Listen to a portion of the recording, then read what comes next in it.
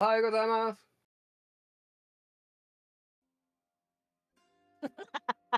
Oh, my face isn't even there today. Okay. Oh, do you want me to put your face back on? Okay. It'd be nice. Where the Doesn't fuck have is your to be. face? This We'd one. love it. There we Yeah. go. We'd love a Vander face. There we That'd go. be great. Fan to face time. I'm just organising the last. Hi everyone, by the way. Apologise. Sorry, we were furiously talking. But hello. Hello, Kate. Hello, a Much- Platinum Ghost. Thank you for the hydrate. I did drink. I actually finished Much my drink. furious of the mini talks. And hello, Gummy. And a belated frontiers. Wait, we had the whole team's here. Hello, everyone. It's please turn my face on. That could go into the new Bexplore quote. Smiley. Smiley face. Okay, team. Work, is it?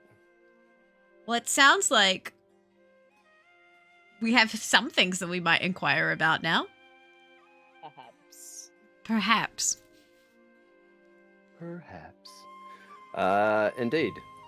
Sorry, I am just moving the last of my stuff around to a more accessible place. I apologize. Who wants to do last time talk? I think it's my turn, Okay. Previously which is on. fine because I actually have like a page and a half of notes. Hit us with Cool. it. Excellent. So last time we picked up as we sat down at Feruz's table, gathering some more information about the Bullete we're going to be hunting. We found out that there should have been signs of its existence, but there wasn't. It was bigger than it should have been. Mm. Maybe it was a mutant or it had been enlarged somehow. It can partially phase through rocks, which is unusual because they normally just burrow. It is smart.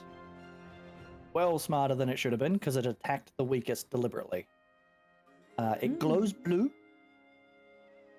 And it didn't seem to like the larger caverns. It stopped chasing them when they came back into the larger areas. Or that was the end of its territory.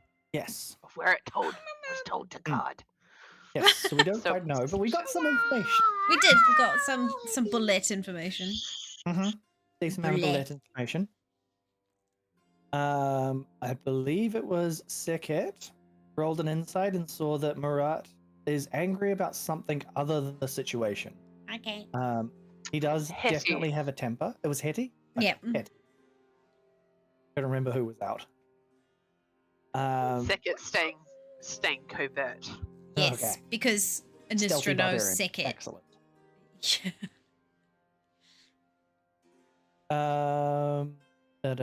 We found out Murat has quite a temper. He will kill people for disobeying orders. Mm-hmm. His anger is quite legendary. Especially when those orders are freeing captives. No, that wasn't the order. The order was chase the barbarians, and they freed the slaves instead. Yep. So they got punished and whipped. At least one of them For died. saving people. Yeah. Quinn's just we need to nodding speak like, to Berilant before we go into the mines, because he may have something. There was also something that wasn't adding yeah. up, which we found out was stock was going missing, which could be related to a giant ant that we saw, but that also could be something else. Could also be feeding the excess slaves. We woke up after our long rest to Eblan watching the door. I think he started somewhere around the second watch. Third watch? He started at the third watch? Okay. First watch is when you noticed the ant. Second watch past that incident. Third watch was Frey who noticed. Okay, cool. Yep. Harkin, our lovely, not a slave, but a slave. He was a former ranger that worked with Eblan, and they had a nasty argument. Got to turn a page because I wrote notes. 2 pages? Who I is know. I know. It was a very information heavy. Like we've had a couple of very information heavy sessions. he? Yeah. Yeah, no. How many pages did you do last session? Go on, tell me 12. 1, 2, Okay. 3, 4, 5. 5 pages, and I did 1.5. You guys don't want to know how many notes I've got. So many notes. Look, Yes. I'm like nearly finished this notebook. So we've been over the Murat has harsh punishments, including death penalties for people who disobey orders. Innistra was in a village that was attacked by the barbarians with her son, and Murat saved them. Then Murat flogged 3 people for disobeying orders instead of pursuing the barbarians and saving the prisoners. 1 died of their wounds. We follow Karen to Innistra. That's where my notes end. Yep. What did I miss, Becca? It's like the first time you've let me get through the beginning without saying, no, you've forgotten. No, I mean, you got the crux of it. Yeah, it was Shiraz and Barala who were talking about the things that weren't adding up. And you, actually, with your high perception, like, noted that and went, why are you talking about it? And then they were like, eh. I'm impressed by your notes. What has happened to your camera? What did you do? I was trying to show what my notes look like, but it won't focus on them. That was trippy. We actually, the other thing was we have kind of gotten Harkison to kind of go along with us now. He doesn't know the full story, but he's agreed to help us in the mines. Harkison, our pretend slave. I don't know how else to phrase it. Our prisoner. Our prisoner. If Murat finds out that he... Yeah, because he's a werewolf, and he was in the Rangers, and he was friends with Eblin, and then he basically didn't agree with the way Farouz was running things, and like left. But Farouz didn't know his werewolf form, so that's why he's kind of still hidden. But Eblin does. But Eblin has refused to make eye contact with the guy, so we'll just see how that plays out. There's a lot of Slave, sexual not a tension slave. between them. Yeah, I ship it hard. But then Innistra sent her helper, assistant, slave, we don't know what their relationship is. But she came and said that Innistra wanted to see us before we left. So, a fortune teller, friends. Forgot to press record. I'll just download it. It's fine. Yes. Fuck.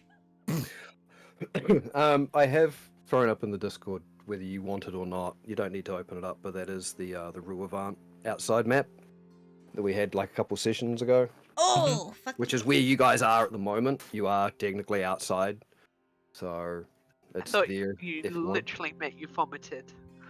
I'm so glad that wasn't the case. Do people want to see the map? Show us your map. Oh, no. But yeah, with that, is there anything anybody wants to add? Or do we think I think Vander pretty much nailed that recap? It was pretty About the mayor's assistant that we're hoping to see as well.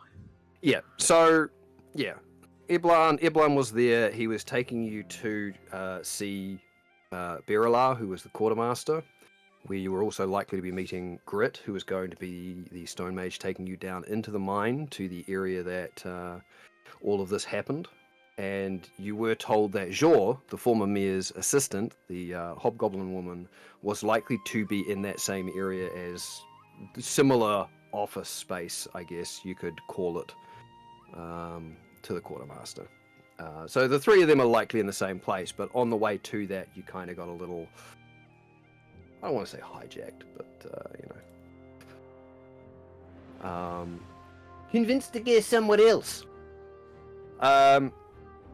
So, I believe we did sort of end with the whole idea of Kieran, the somewhat emaciated elven lady, saying that Innistra would like for you to join them, and Eblan has basically left that up to you whether you guys want to go there first or just ignore that and keep going and prep yourself for your expedition.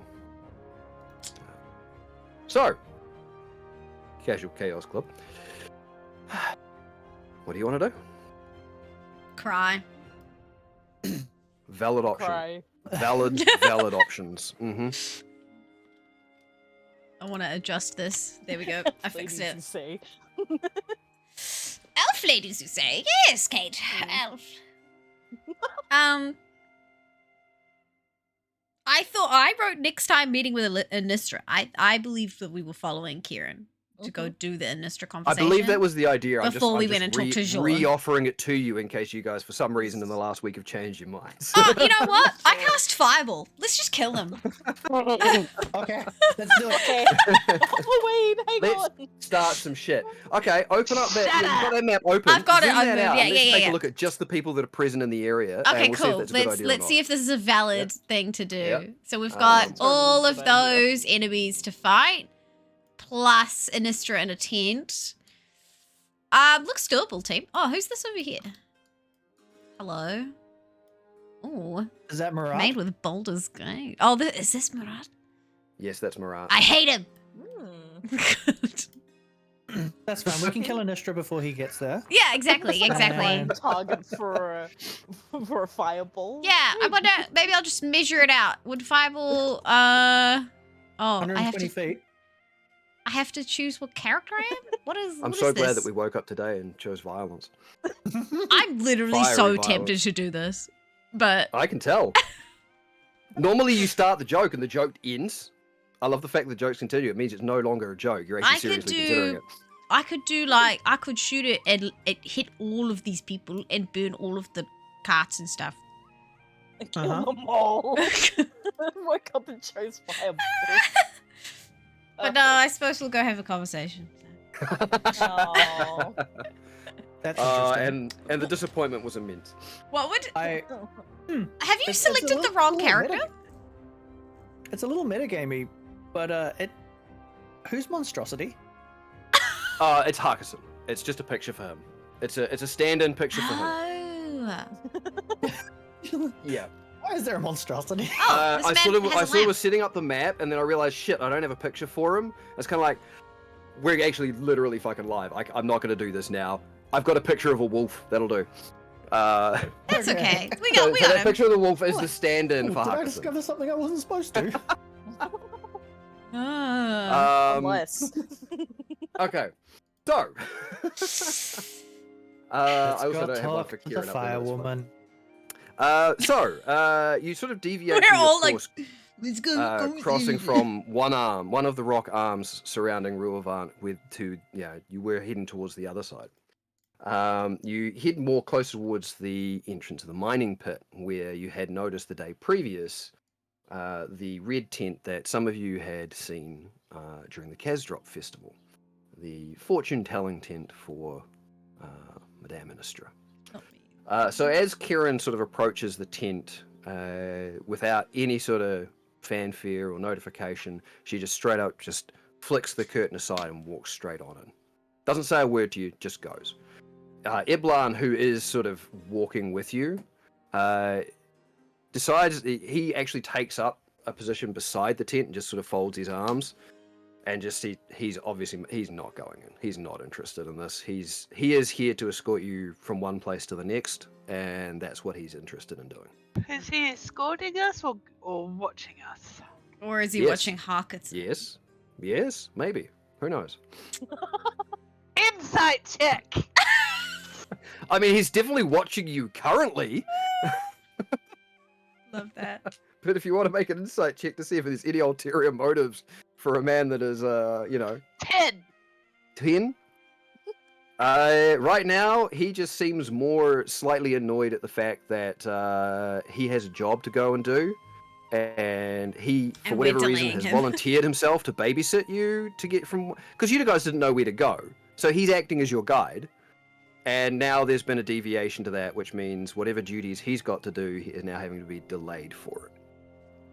So there's kind of a, I'm doing this because it's the right thing to do, but god damn it, why is it the right thing to do, and why did I choose to do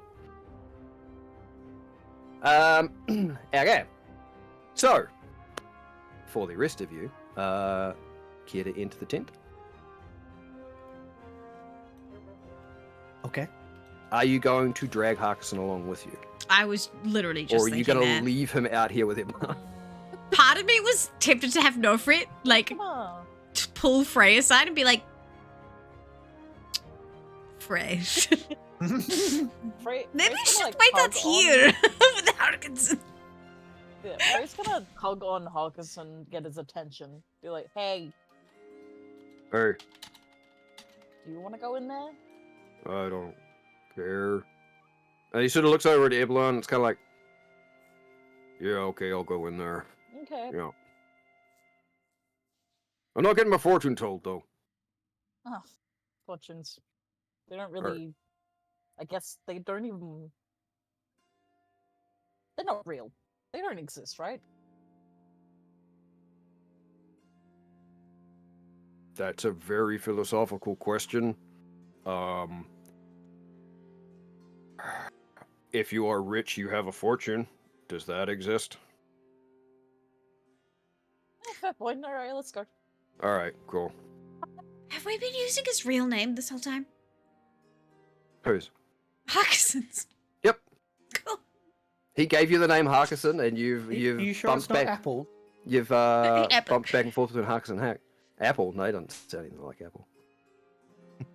No, It's it's a very Apple's joke. Yeah, yes, it was. it's just no. Okay, who's going in first? That's not his name anymore. We call him George. I total in. Okay, Kitty. So, you sort of part the curtain to stride on in, one that very much seems to shield the interior from any of the dust that you might find around a mining town. And, you know, the difference is sort of immediately apparent, despite the fact that Rulvan is a very looked after, cared for sort of town, and the interior, made mostly out of stone, is relatively kept clean. You know, the exterior, even the watchtowers, within a very short span of time, the dirt kicks up, the mineral dust flies around, and you can sort of see the outside of this tent has had its fair share of that. But the moment you sort of open it up, it's almost like another breath of fresh air. Everything inside is clean. There are candles burning. You can smell a little bit of incense in the air. As Sekhet, you had been here previously. And you do sort of note that immediately there's kind of like these hanging drapes sort of going across the interior of it. And the tent is quite a lot larger than what it appears to be on the map, because scale doesn't exist. There's a large table central to it, and to one side of the table you do see Kieran standing there. Seated on the other side is Innistra, the red-skinned, fell-blooded lady, the white hair and the yellow eyes. Kieran is sort of standing back up from what looks like almost whispering to Innistra, before she sort of looks over at your entry and just immediately sort of clasps her hands in front of her and takes a couple of steps back. Almost trying to do that melt into the shadows that she'd done in the mess hall. But in here, it's very lavish. Like, even the chairs, they have these cushions on them that look very soft, and everything is designed like you go into a very showy sort of a fortune teller tent. It is very much that. And it's almost jarringly out of place, but it's also kind of, all right, this is actually kind of neat at the same time. So the moment you sort of walk on in and Kieran steps back, you do see sort of Innistra, who's seated on the other side of the table, just sort of half pushes herself out of the chair and gives you a big beaming smile. And it's like, hello, welcome in. I don't know if I caught your name, but the rest of your friends have also chosen to come today? They just call me Hetty. Hetty. It is a lovely name. Where do you hail from, Hetty? Out in the desert. Ooh, With okay. the tribes. Oh, I see. What sort of tribe do you belong to? I mean, I don't need to know if that's feeling rather invasive. I don't know you. I'm trying to get to know you. There weren't really many introductions at the table last night. Are you familiar with the tribes? Crossed some people that have come from various tribes. I am familiar with one or two of them. The Tuvasa tribe. Oh, so you are the same tribe as? And she sort of half looks around you to see if Nofret's there. I've As entered, the yeah. other? I just took it. Ah, the two of you are from the same tribe.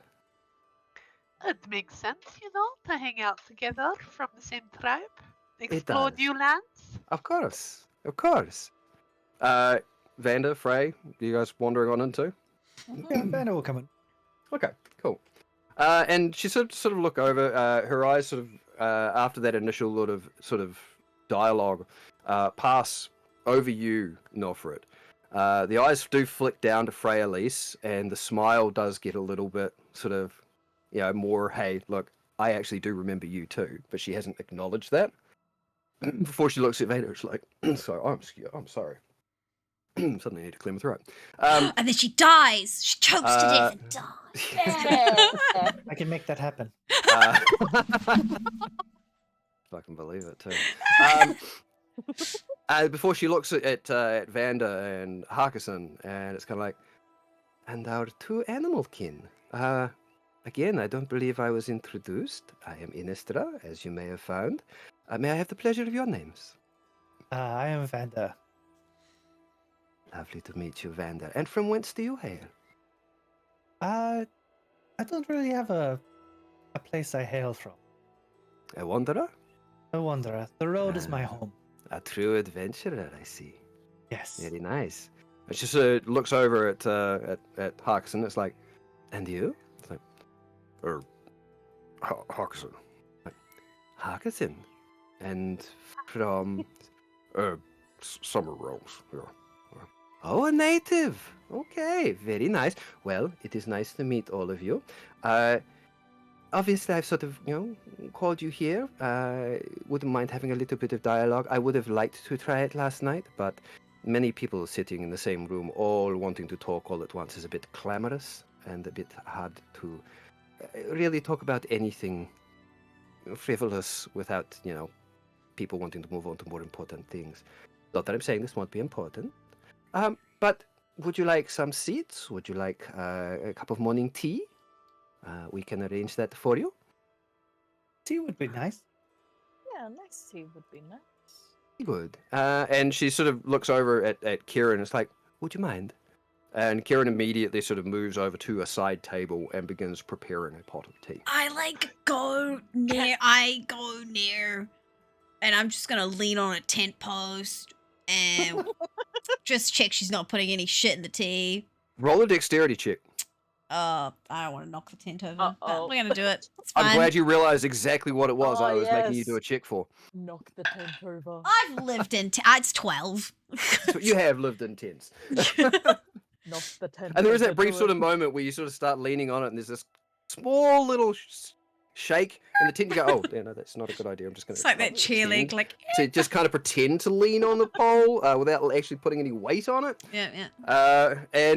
So you're checking to see if she's I'm just doing keeping anything an hinky eye. with the tea. Yeah. Okay. Guys, Suspicious, remember, we no? don't trust anyone. No. Yeah. So as like Kieran that. does that, and Innistra brings her gaze back, she does sort of motion with both hands, and you do see there are enough chairs in the room for you all to be seated, should you so choose. Can I Hello. roll an insight check on, her asking her to do the tea? Like, would you mind? Was that what kind of dynamic relationship do they have? Like, would she have been able to say no? Would she have Okay. Sure. Make an insight check on that one. 17. 17. The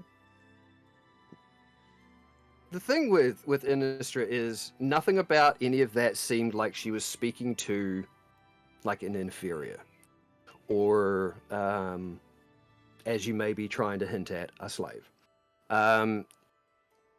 There was maybe a slight element of her being used to talking to people in a way of like, I would like you to do this.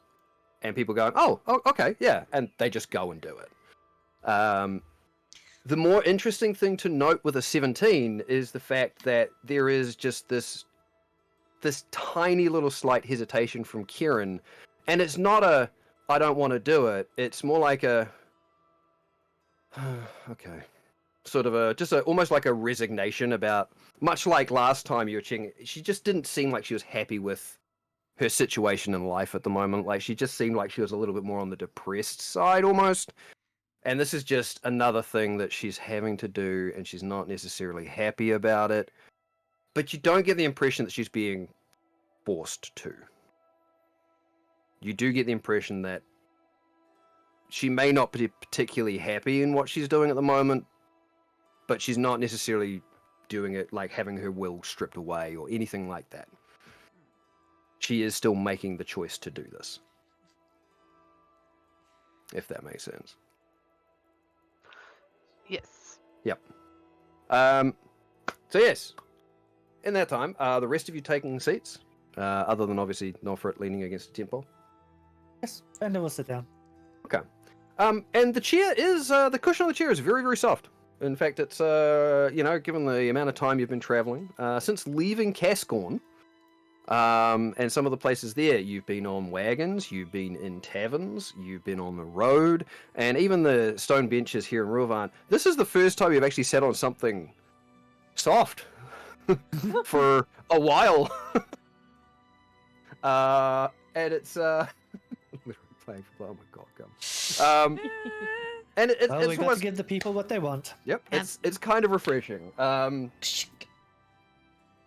Others, everybody else sitting down. Free's gonna stand. Okay, you did that last time too. And Hitty, are you going to take a seat or? She's gonna find a cushion. Yep. And yeah, this will every one of these seats have cushions on them. So you also take a seat. Nofrit is watching Kieran. You do note in the entire time that Kieran is doing what she is doing, she doesn't seem to do anything untoward. You can make a perception check if you would like. I would But like. Kieran doesn't seem to be hiding anything about what she's doing either. I'm uncomfortable. Apparently, I rolled 7. 7. Okay. Oh. She is making a cup of tea. In fact, she's making several cups of tea.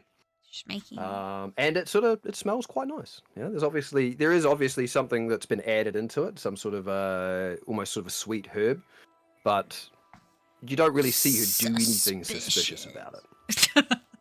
Yeah, it's suspicious, clearly. Suspiciously. Suspiciously normal. Harkison also does kind of pull one of the chairs over and just sort of plunk himself down on it, but he kind of does it further away from the table. Like he's only in here because he doesn't want to be out there. But tea is made. Kieran hands out these little cups and saucers, almost this delicate sort of porcelain. It is rather warm, bordering on hot. It's not scaldingly hot breakfast tea, but it does smell quite nice. And he chooses to take a sip. It is rather refreshing for this time of the morning. So it's not so hot it made it bitter. No. Well-made tea. Well-made Knows tea. what you're doing. Yep. Suspiciously normal. And to that point, Gum, Innistra is the first one offered the tea, and she does take it, sit it down, wait for everybody to have a tea before she then picks up and has a little bit. Almost like she's aware of the fact that, people walking into a place like this who have a small little mane of distrust are going to expect the post to have it first, and she does. You sort of get the impression that Innistra is very well aware that most of you are a little on edge. And so as you all sort of be seated, except I'm assuming for Nofrit, she does start by sort of putting the tea down, clasping her hands in front of her, and she looks directly over at you, Nofrit. It's like, it's been some time since our last meeting. I was glad last night that you told me that the girl you had looked for was safe. How else did it? How did it turn out? I see that you are keeping very different company from the last time that we met. Some you the had, same, but some different. Was it the Theodore Mercutio, you were traveling with? Yes, that rogue. He is off to find his fortunes elsewhere. But he's, well, as a Theodore can be. And, yes, it is, it was a hard journey. But thanks to your guidance, it was much easier to find her. So, thank Glad you. that I could help. There was a lot of fog and uncertainty around that child and what her fate may be concerning you. So clearly she was safe, so you found your way through that, and I'm glad things worked out. Is she actually glad? Do you want to make an insight check? Yeah, of course Go I for do. it. I wonder if a mother is glad to find out that a child He is did safe. nothing wrong. It's gonna He be a did real nothing hard wrong. one to get. Real hard. Yeah, wait, where's her? I mean, kid with at her the moment? roles. 14! 14? Yeah. I mean, she's got a front of being genuine. Like, you know, she seems to be very glad that you were front. successful and that a child is in fact safe. You know, through the actions that you performed. Less about what she did, but more about what you did. She is just glad that somebody was saved. You know? Somebody that may not have deserved the fate that was potentially coming their way. And with that, she does sort of, you know, it's like, yeah, I'm glad to hear of this. And then she looks over to you, Frey. It's like, Miss Winterlight, was it not? Mm-hmm. And you were also in different company last time we met. Yeah. The larger orcish gentleman. The weird crystalline thing. Oh, yes. He JP, was it? was a magic man. Magic man. He- And somebody else, I believe, from the Tuvasa tribe. One, very tall and dark-skinned. You're no Oh. longer traveling with them either? They are traveling at the moment. It's not a lie. Well, if they are traveling, that means they are not dead, which is good. mostly Morius, which is Magic Man. He is traveling Morius. to find himself and to discover new things. He was very uncertain about what he was, if I remember. I'm glad he is trying to find his way. Yeah. And did you discover anything more about that place in between?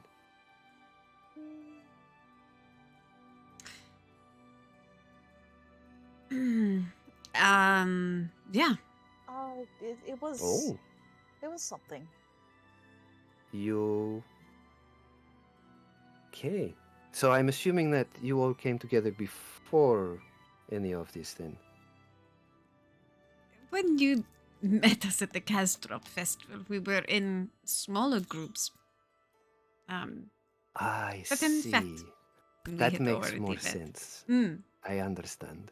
Of course, silly of me. Well, I am glad that you are here and that from the sounds of it, none of them died. The life of an adventurer can be difficult, and I was a little bit worried when I saw two of you show up and the others with which I had naturally associated you with not being here. I am glad to see it all worked out. And she takes sort of another sip of the tea.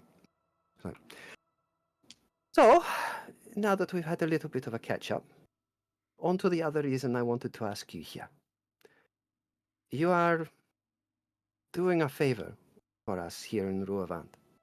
I'm not entirely sure what it is that you are getting out of this arrangement. I do not know if Mirat has offered you anything for your services. It is not up to me to reward you or decide upon any sort of benefit for that. But what I am going to do is I'm going to choose to help you in my own way, if you will allow it. What would that involve? Well, the last time your two friends came to me, what I do is I offer a service where a personal question may be asked of me. And then I attempt to divine an answer. It must be something that is personal to the person asking. and I give as much of an answer in as much truth as I can. If you deem that the information is valuable to you, there can be a form of recompense, or not. It is up to you. Obviously, when I am at the festival, I do not do it for free. It is a service I provide. But for you all, I would only ask that if you feel any information I could give you is valuable, then perhaps you feel it moot to compensate of like value. But it is up to you. I am willing to attempt to answer one question each from any of you, if you wish. If not, I can potentially offer you some form of boon or protection. My abilities in divine magic are not as high as that in my ability to divine things. It's an odd play on words, but I'm sure you understand what I mean. But I Oh. can do that instead. You do not? Okay, so there is a type of magic known as divination, which is typically what I do, that allows you to ascertain or find answers, or find people, or find things, determine something which might be hidden or unknown. It is typically a school of magic known as divination. The other term, divine, is more to do with those of celestial beings higher than ourselves, keepers, if you will. And it is also known as a style of magic. So you have the divine magic gifted by the celestials, and then you have the arcane magic that is generally more learned or inherited through bloodlines and so on. I hope that cleared it up. No. Okay. He's not magically. He's That's not all right. magically inclined. It is. I hope that wasn't the question you wanted to ask. No. Okay, very good. I have a question that is also not the question. You seem to All right. remember a lot. Like it has been a long time since you have seen Nofrit. Do you remember everything that comes through? Is that a way you can actually associate with people and know people, and if they come up again? Not entirely, but there is a thing that I do when I tell a person's fortune or answer a particularly personal question.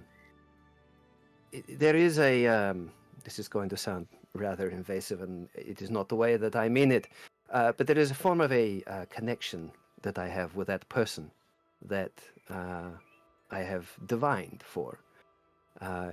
It really does not mean much, but it ordinarily, if I encounter them again, it almost like jogs my memory of my encounter of them previously.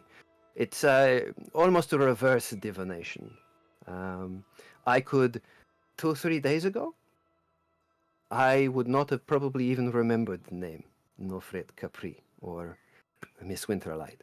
But upon seeing you, because I have answered these questions before and formed this connection, it is there in the back of my mind, in my memory, and it is brought to the forefront.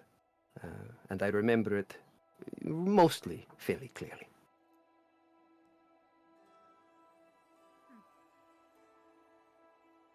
Interesting. It is handy.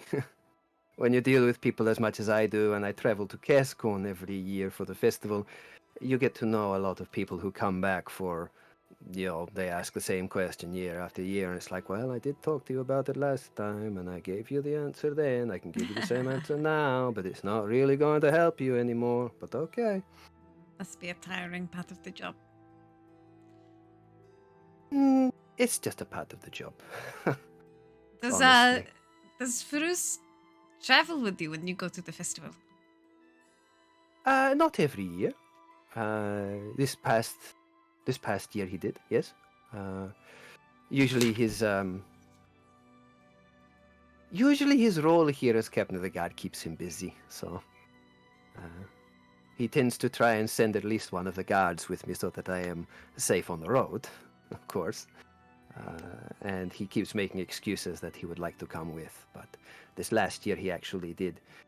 He was looking for, I believe, some more guards, so he was looking to recruit from some of the guilds there that employ people of, I suppose, combat experience or skill in that area. So whilst he didn't really partake of the festival, he was there more on business. Hmm. I understand. It is quite a mess in the city now. They probably needed some of those guards.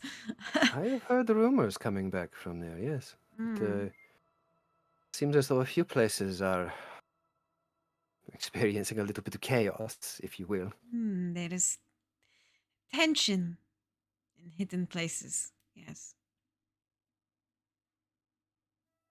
Well, I do hope they get it sorted. It is a very valuable part of the Reach's economy, and if it stays the way that it is, trade routes will suffer.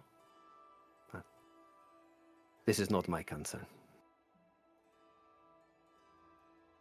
So, have any of you thought of a question you might ask that is, of more, that I can use my abilities on instead of it just being general information? Not that I am disappointed in this chat. It is nice to catch up with new people. I have no desire to know of my future. The mystery is what keeps me going. I like that. But I guess I would like to know. Will my stories carry on when I am gone? That is a powerful question. Well, and she sort of holds out her hand, palm up, to you. Just holding it out as though, offering you to clasp her hand in yours. Brenda reaches out. Yeah. So she does, kind of grips your hand a little bit, very lightly. And her head sort of bows a little. The hair falls across in front of her face. And there is kind of the slight murmur or whisper in the ear. But any of you paying attention can't see her mouth moving. And her head sort of comes up, and her eyes they've got kind of like this dark veneer over them. And she blinks a couple of times, sort of looks at you and lets go. It's like, you have many stories yet to tell, Vander. And some of which I believe, from what I can tell, will continue to live on, past you. I do not know for how long, whether they will last for a lifetime beyond yours, 2, 3, but beyond the time of your death, I believe that the things that you have done, the stories that you tell, they will be passed from one to another, at least for a while. Thank you. That is comforting. It is somebody who sees the road as his home. You desire to leave a legacy of sorts. In the end, we are all but stories. This is very true. I hope that helped. Thank you. Anyone else?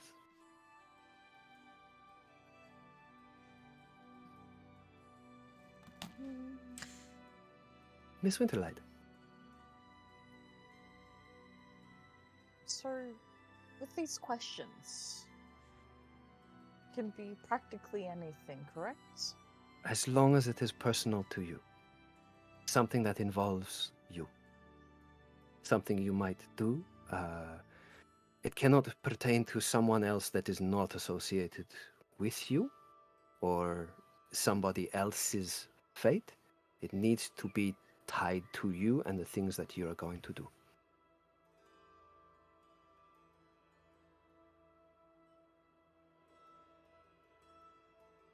So you can ask a question, and if I cannot answer it, I will tell you. Ray's gonna have the cup of tea clutched in her hand. Mm-hmm. She's just trying to think of a question that's actually, worthy of being asked instead of just something mundane. Like, what Yep. am I gonna have for breakfast tomorrow? Food always on the brain.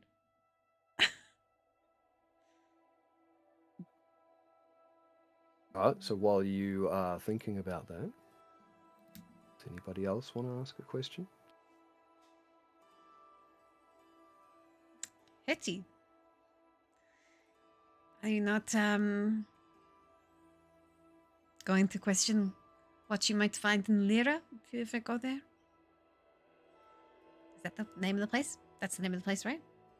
Country, Lyra, yep. Yeah, yeah. I have so many questions, I just don't know how to frame them.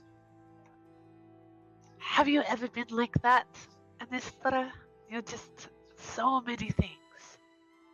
Words can be a very tricky thing. Trying to vocalize what is important in the way that you would like to put it to be understood directly, yes, it can sometimes be a very difficult thing.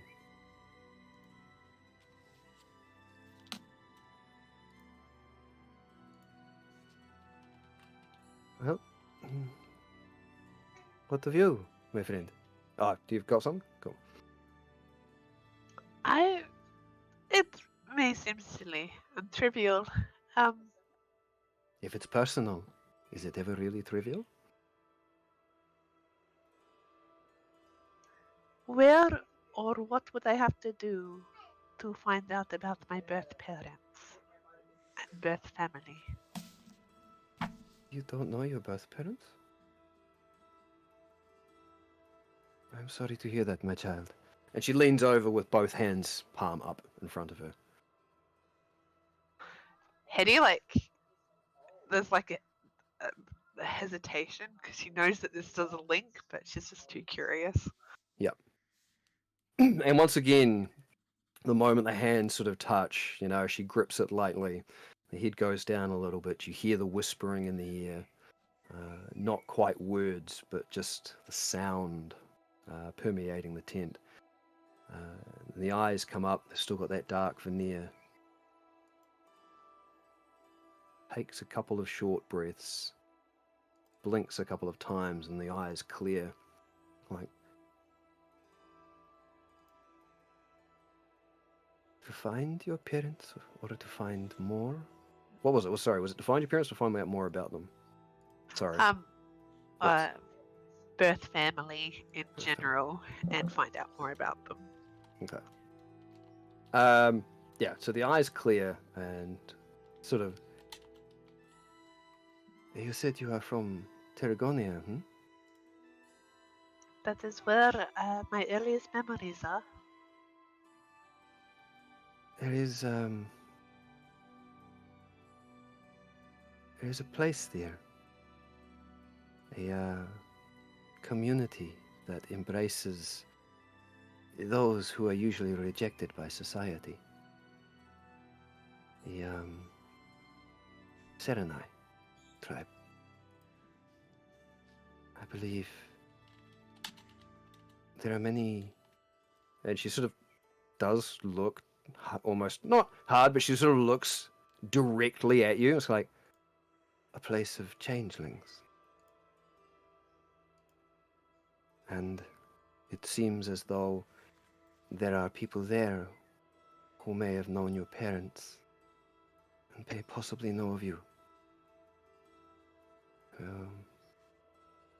I can't tell directly. It's a place of arcane power, and they like to keep it shrouded in its own mystery, so I cannot be precise of where it may be, but it resides on the edge of the sky.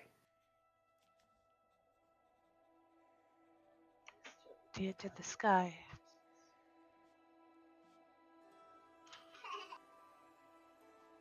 I believe your parents, that was one of the places they were last, that I can tell from their connection with you.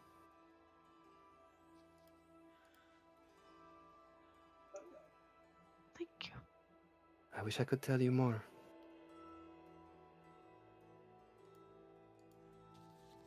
But I think the only other thing I get from that connection is they did not want to leave you. And they loved you. So, if you want to know more, the edge of the sky is the place to go.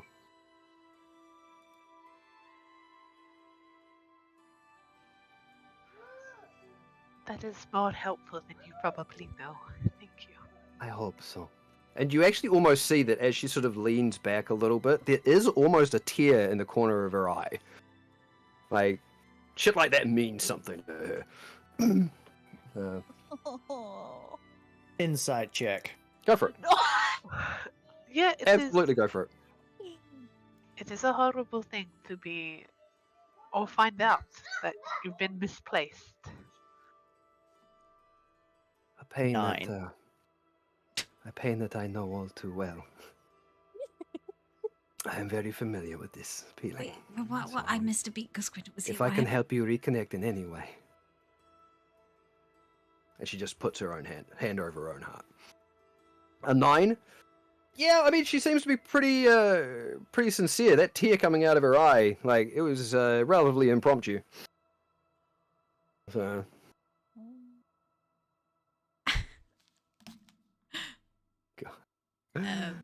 What did I miss? Wait, what did she say?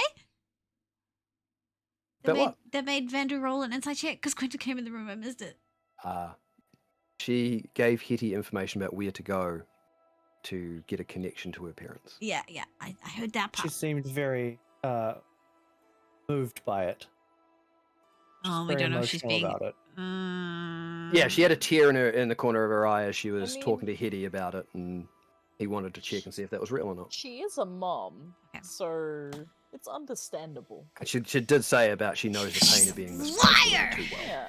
But like, if she is connected to all the slaves, like if this is like a tracing thing, like if she ever meets someone again, you know, like the slaves have to have something read about them.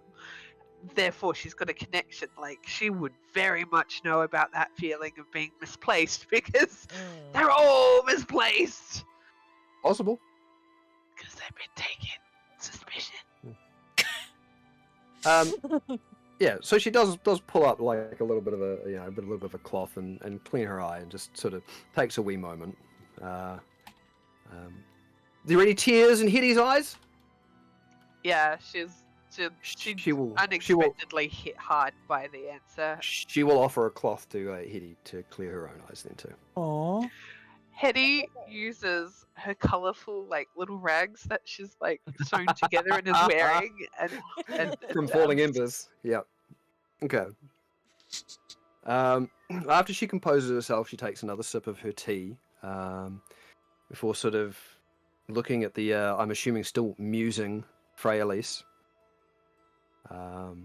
Her eyes sort of drift from Frey over to Nofret, who's been mostly silent this whole time. Yeah, Nofret, through Hetty's whole conversation, has just been staring into her cup.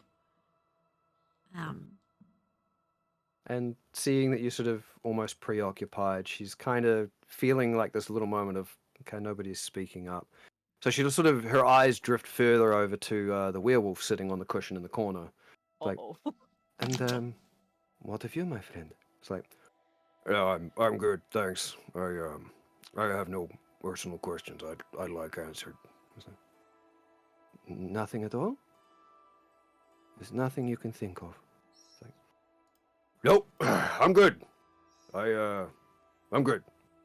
At this point Okay. of Hawk being like, I'm good, Frey's gonna have like this like hit of Eureka of, I've got it. Yep. She's basically going to politely ask, what do I need to do? What is it going to take to find Winter?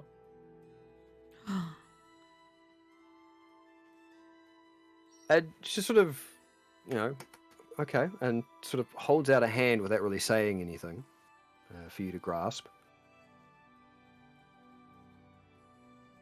Do you clasp? Yep. It's just confirming for my own good. Your surname is Winterlight?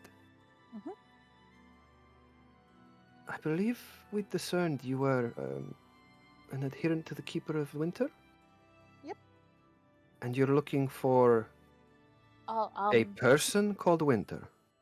Yeah, he was like he was the leader. Okay.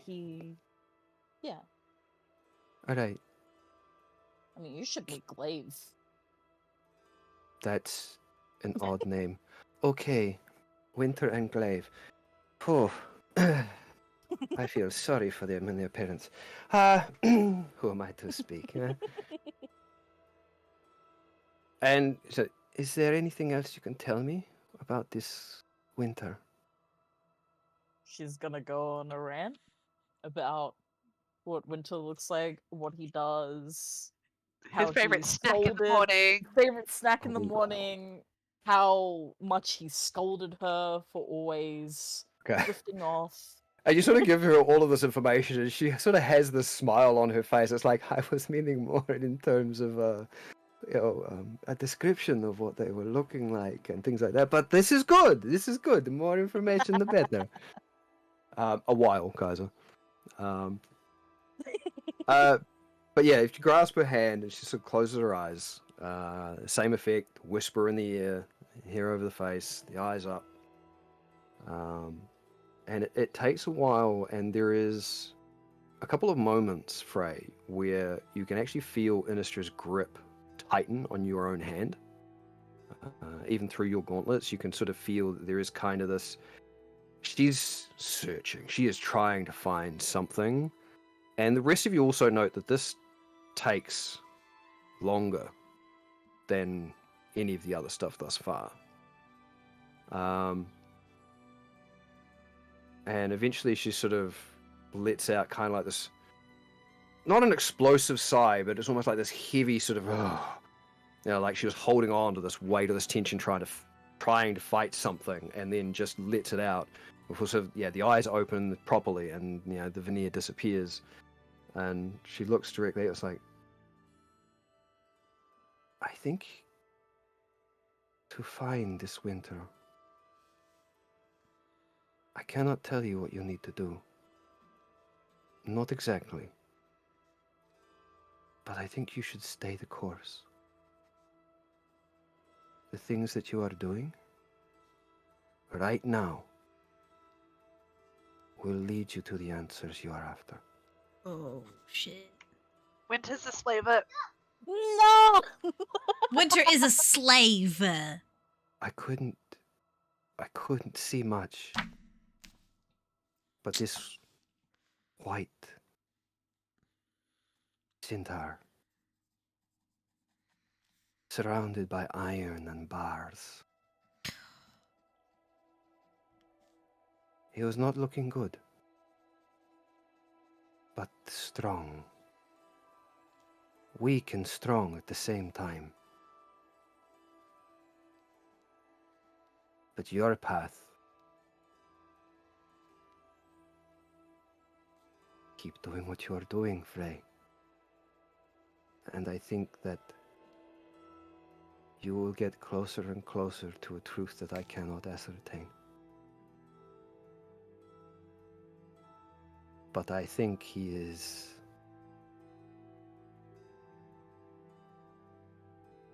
beyond the bars, beyond the iron. See waves. Those waves are surrounded by mist. When you are done with all of this, if you are still feeling directionless and uncertain, the only other hint that I can give you if you have nothing is you need to go back where it began. And from there you may be able to see better.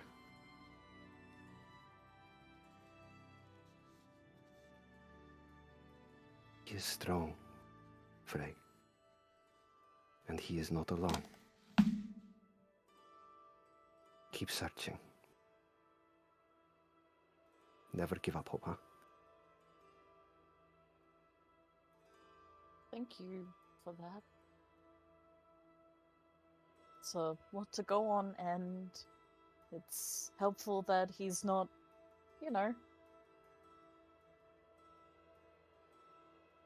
Yes. My, you all ask some very heavy questions. I was not expecting that at this time of the morning. And she takes another big sip of her tea. It's like, whew. Hetty kind of like holds up her tea like a cheers. Yes, very much so. Frey's gonna lean over to Hetty, and she's just going to use her gift to give Hetty her favorite, like, baked good. Because... Which you have determined is... Oh, no. A raspberry strudel. There it is. Makes sense. Reasonable, yep. This is going in my notes. Okay.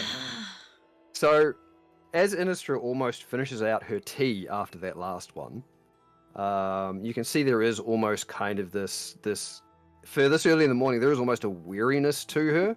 And I'm talking about her being tired, not being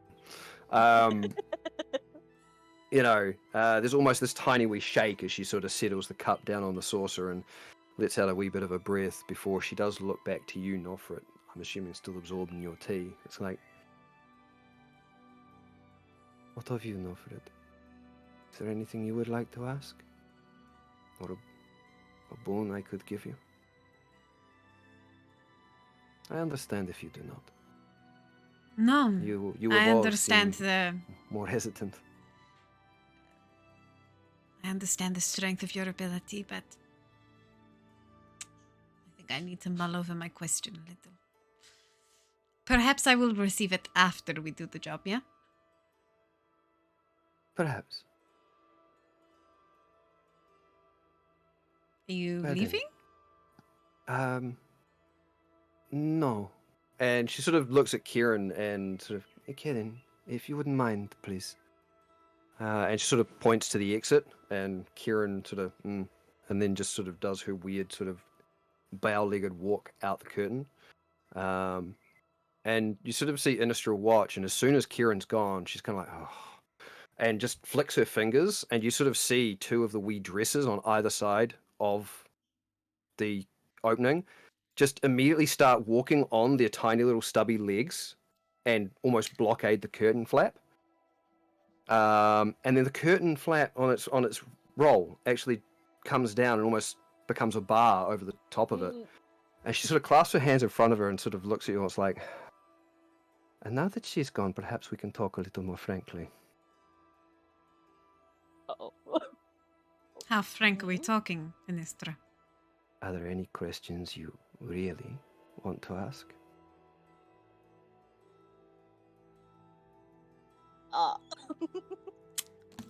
Any truths you really want told? Insight check. Get him! Yeah? For what? I want to know,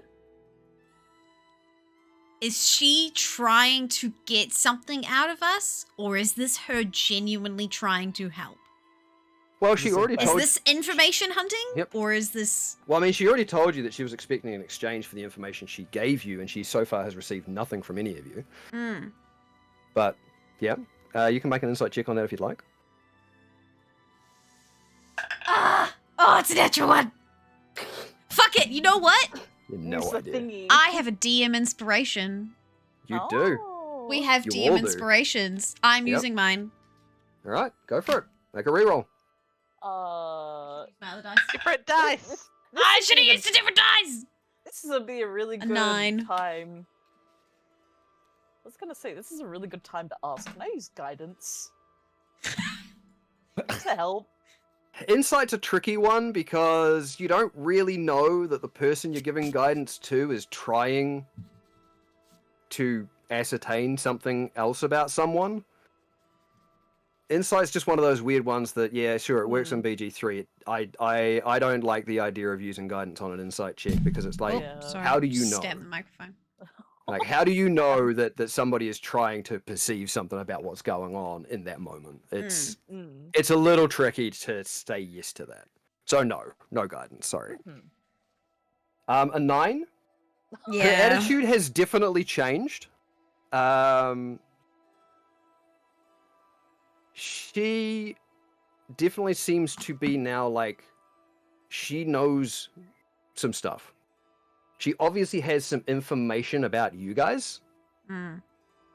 And Yeah, now, we've just asked her really important questions, so... to her, she even opened with this whole thing of, you guys arrived, and then without any sort of offer of a reward, or anything else, you guys just offered to help. Just straight up offered to help. You've been around.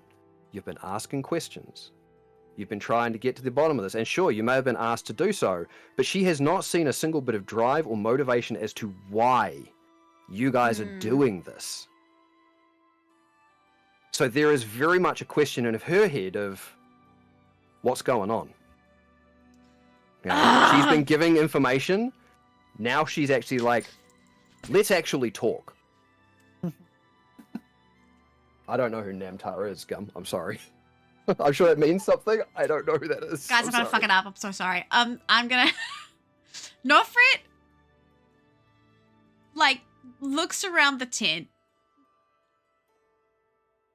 comes and sits right next to her at the table, looks at the team, puts her 2 fingers to her head, and says, in Innistra's mind, do you trust him?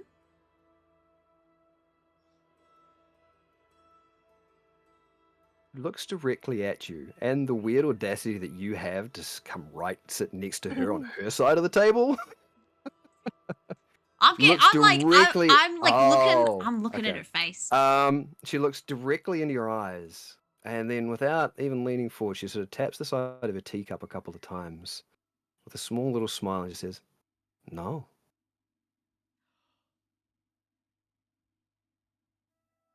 I look at the team. It wasn't indicating anything. It was just that was her. The tea was there, and she was just tapping. But yeah, I'm just saying that as a DM. It was just a character thing she was doing. There's nothing to read into that. There's nothing to read. No. She said no to me in my mind. She said it out loud. She said it out loud. Yep. Everyone's just confused. Yeah. You just stared at her and she was like, no. Yep. No, but you guys know when I do came, you this, sat I'm next to her, talking you in put your your hands up heads. here. Yeah. Nothing happened, and she sat there. She tapped her teacup a couple of times and just out loud says, "No." Yeah. You guys know if I do this, I'm talking in your head. So you know that I'm saying something to her. We don't Yes. know what We it don't was. know. I look across the table. Even Harkison at this is kind of sitting back going, "Wait, what the fuck just happened in this Oh, room?" Hawk would not know He is so anything. confused about what's going on right now. Poor guy. Yep. I feel bad for him. Okay, I'm gonna.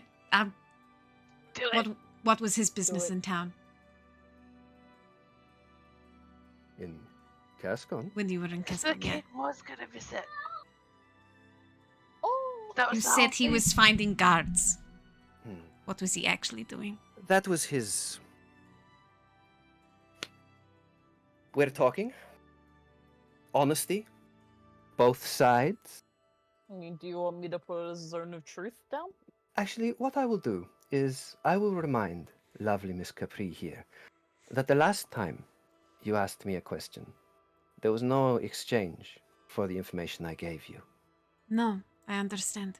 I Do will you know owe what the you last something. thing you said to me when you left my tent was?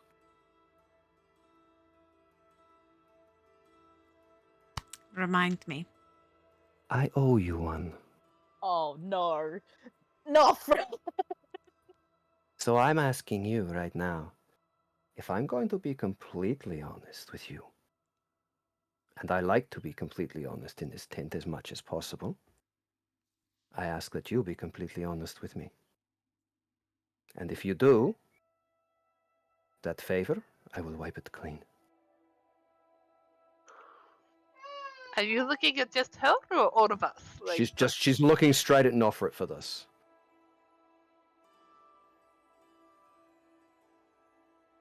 Deal.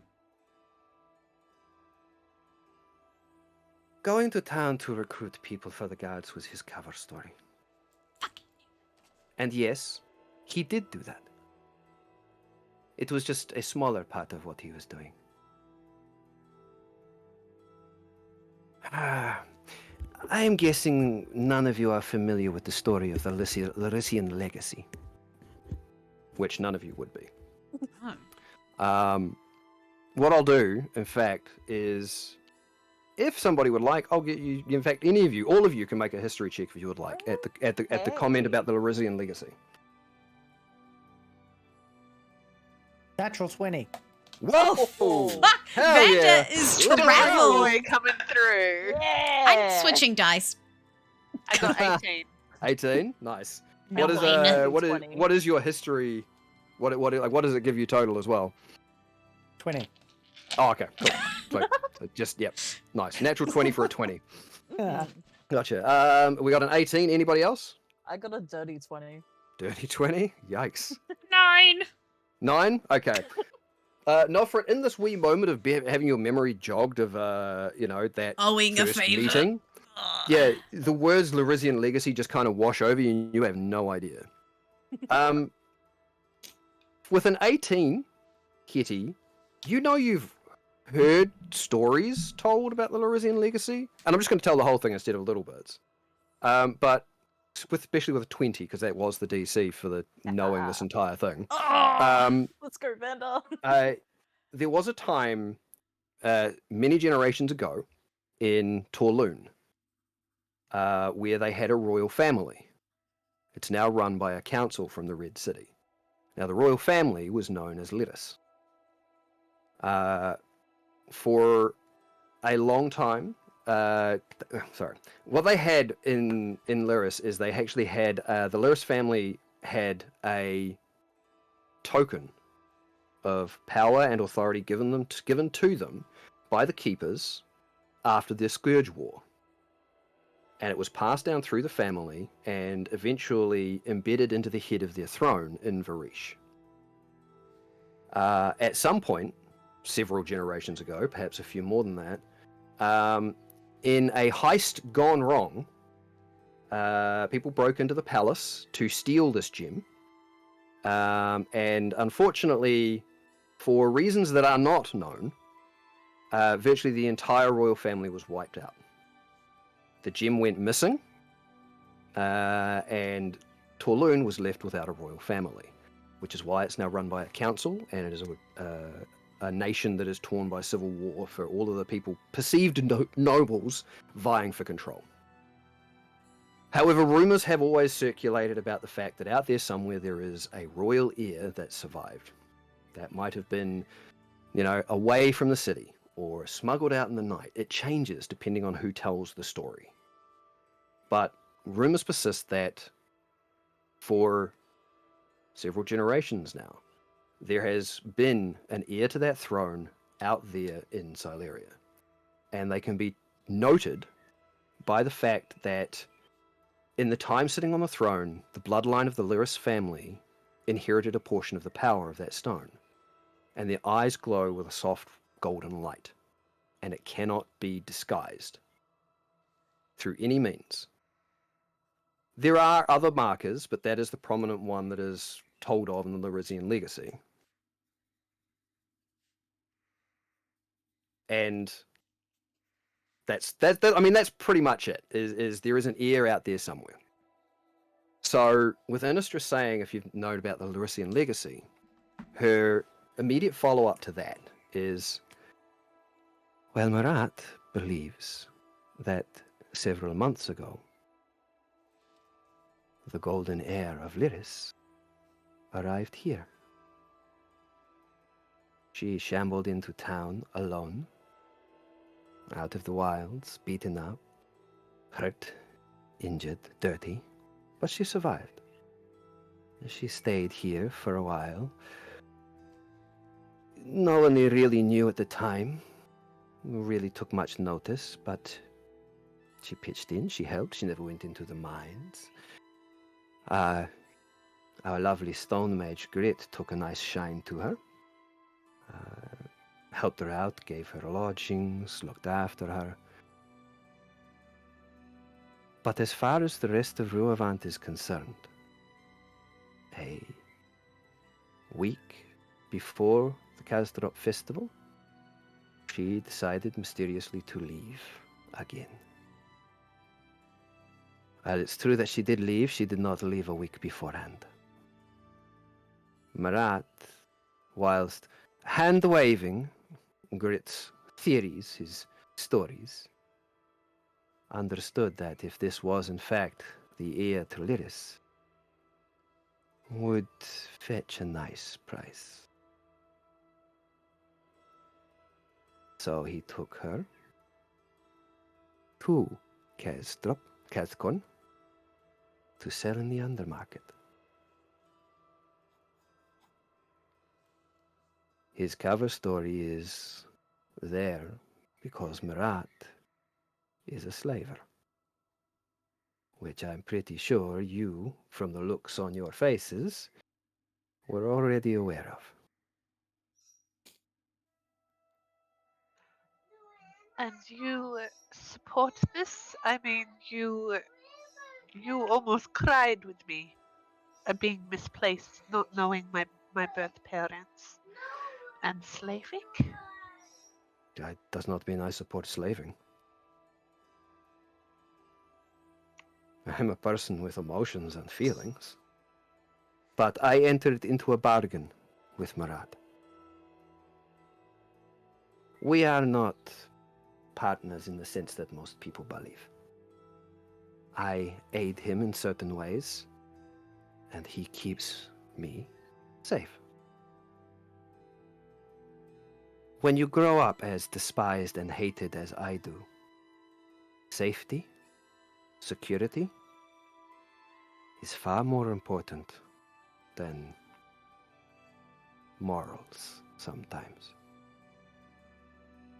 I may not be happy with the situation that I am in, and I may not condone it, but for the safety of me and mine, I will put up with a little bit of this.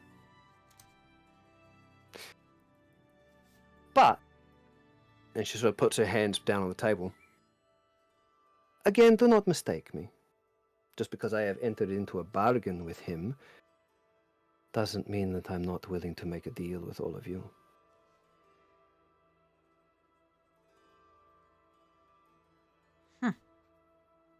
You are Interesting. here because of this, I am assuming. Yes. What tipped you off, may I ask? There's a couple of Well, different things. A little A couple of birdie. different sources we have been collecting information and going after this ring that we have been brushing up against for a while. He's And left a few Morat too many. came up a couple of times. He's left a few too many loose ends, huh? No. Well, potentially the biggest one was information we were not supposed to get. Oh. Being places you're not allowed to go. I'm sure that makes sense to somebody other than me. I'm sure. Just like your divination. Very much so. See, you do understand divination. Different Huh? specialities. No, there you go. My explanation didn't go over your head. The other part Not of it completely. is they try to take tribes people. I believe they've tried to take a lot of people. Mm. You intend on stopping him? If you are worried about your safety after that, Of course. you are welcome in the tribes. You and your son. Honestly, and she sort of looks over at you, Hiddy. After a certain divination today, there might be a place in the desert for me. A place that welcomes those that are outcast and maybe a little bit more supernatural. But yes, I am worried about my safety. Murat is not a man to be trifled with. He does have a place down in the mines. A place where he kept people. Kept or keeps? Is that where the thing is? The thing that attacked? I am not privy to its location. Not totally. But I believe it is down near there. That is the level it was on. So when those miners got too close, the fact that that creature attacked What about, seems a little too good to be true, doesn't it? High I do have another insanity. question. Of course. Sorry for all the questions. That's But what I asked you to do. It's my own fault. The guard guy that was with us. What's Eblan. his Eblan. Oh, yes. What's his deal? Do we need to be worried about him? Eblan is loyal to Marat. He is not a part of this, as far as I am aware. Would he Who is feel that, like, bad look at if he knew Hawk? about the slaves? I think if he was enlightened about it, he would be very torn about what to do. I do not believe he would... I do not think he would believe Marat to be capable of this. Frey's just gonna like swing around to Hawk and be like, "Do you think that he'd believe it, or do you think that he'd just be so blind?" Honestly, I don't believe it. But hearing all of this shit, maybe.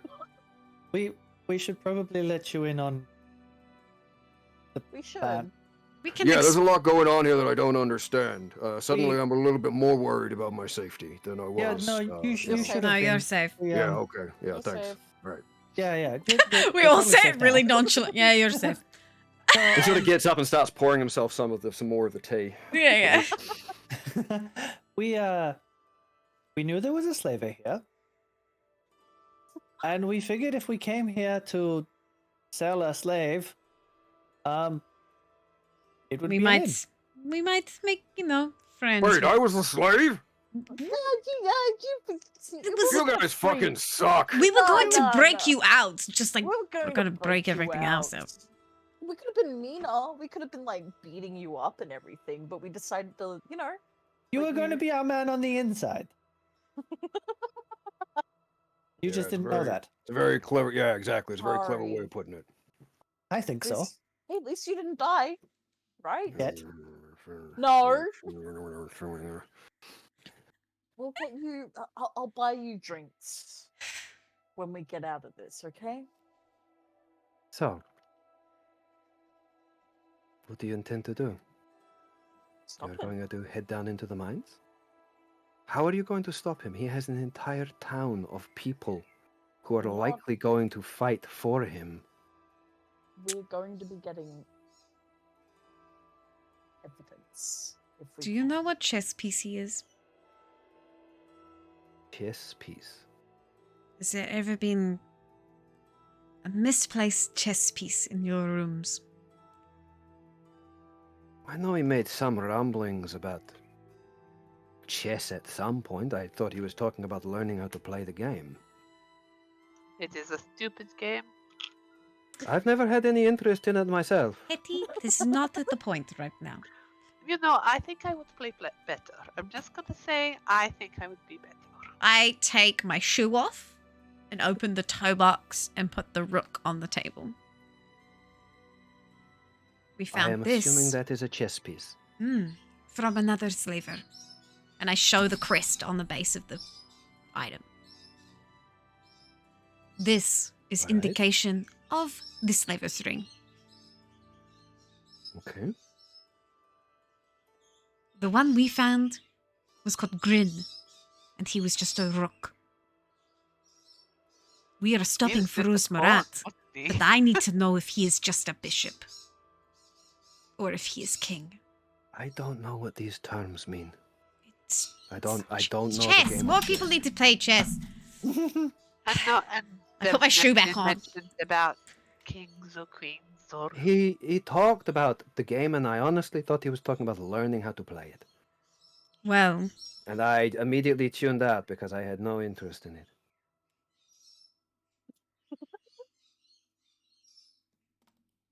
But he's definitely part of a larger network of people.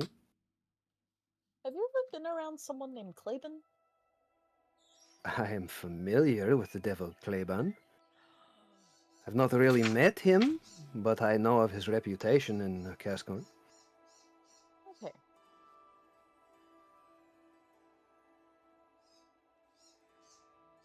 In fact, I believe that was Marat's inn for the Undermarket. It's always out of character. It's all his fault.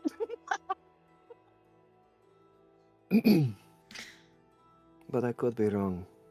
He tried to keep a lot of that quiet from me.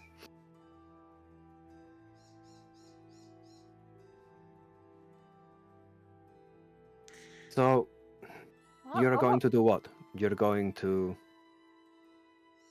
confront him? You're going to what? Go down into the mines and slay a monster that probably, I don't know.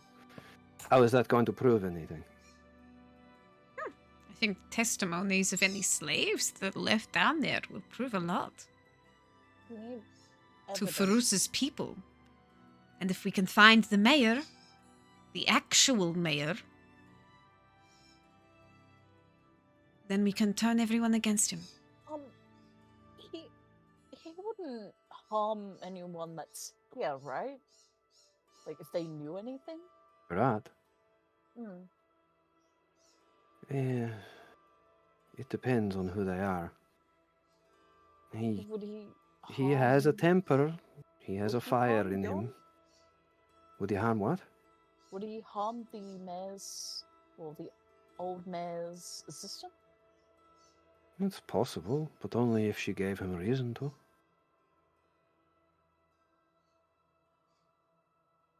We need to go see Jor. There are a few people in this town that suspect him of various things. There have been under rumblings of a little bit of discontent and wariness about things.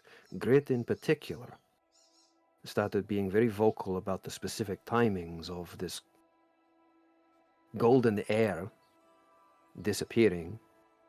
I don't know if you know, but he talked about it last night. He can commune with the stones. Hmm. When she left, he attempted to find out where she went by talking to the earth. The earth told him she did not leave. He spent a long time in and around trying to discover where she was, and the next time he communed with the stones, she was gone. And that was after we went to Cascorn. And in his mind, he may be a drunk, although I don't think he really is. He's not silly. But be very, very careful about what you speak to him, because he is a little paranoid. But in this particular case, for good reason.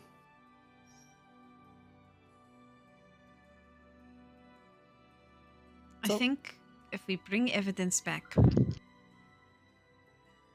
Who are you going to take it back to?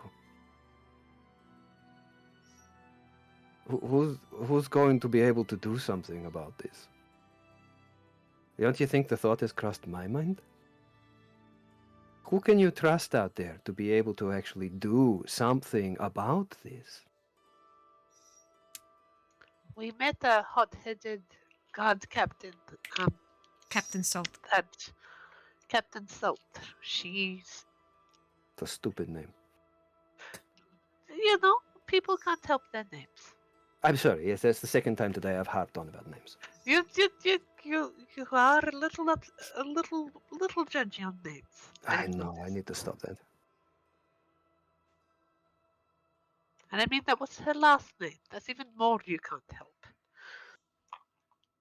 But she seemed like a decent sort. Hmm. Well, if you feel as though you can trust this Captain Salt, it's a start. Although, from what we've heard, the Summer Realms have quite busy with a lot of troubles, so... It seems to be spreading, even here. The incident in the mines is just one in a series of things going on. We heard about the missing stores. Missing stores? Stock is going missing. Inventory going missing. I did See, not know we about can this also one. listen.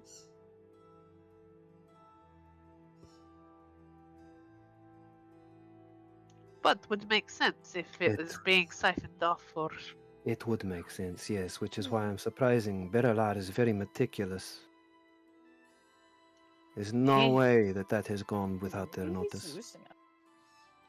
It's possible. He's getting too cocky. Is Right. Karen's job to watch you for him? No. As much as I am not necessarily a fan of things, Kieran came back with us from our trip to Gascon. He, One of the guards recruited? that is what he told me. It's not really what I believe. If it was a guard, why would she be spending most of her time with me? Why does she look so emaciated? She's always looked that way. It doesn't matter how much she eats. It's weird. Although, turns out she is a lycanthrope, I think, much like these two. Oh, yes? Yeah. Hmm. What kind? I believe I've seen it once. It was a big ant of some kind. Frey Really? is dying in the corner. Weird, right? Of all the shapes you could do, why would you do that? And she's under Sorry, more of the his judgy. employ, though. It's possible.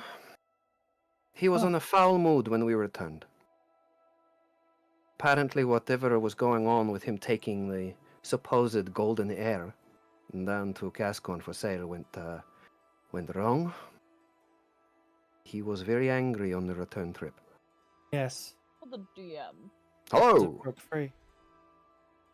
You guys actually did hear a little bit of this, but it was phrased in a very different Yes, it way. was. Yeah, in Claiborne's was. journal. Mm-hmm. Yes. It's all, yep. Fuck, that's a while ago. Uh-huh. Holy I shit. even refreshed you guys' memories on it, and I sort of said it may not sound like it's pertinent information, but here's what else the journal said. Can you refresh us again? Shit, I've got to find it. Love you. But thank also, you. Nixie's question. Yeah, but there was another question there. Yeah. What was your question, Nix? Or Frey?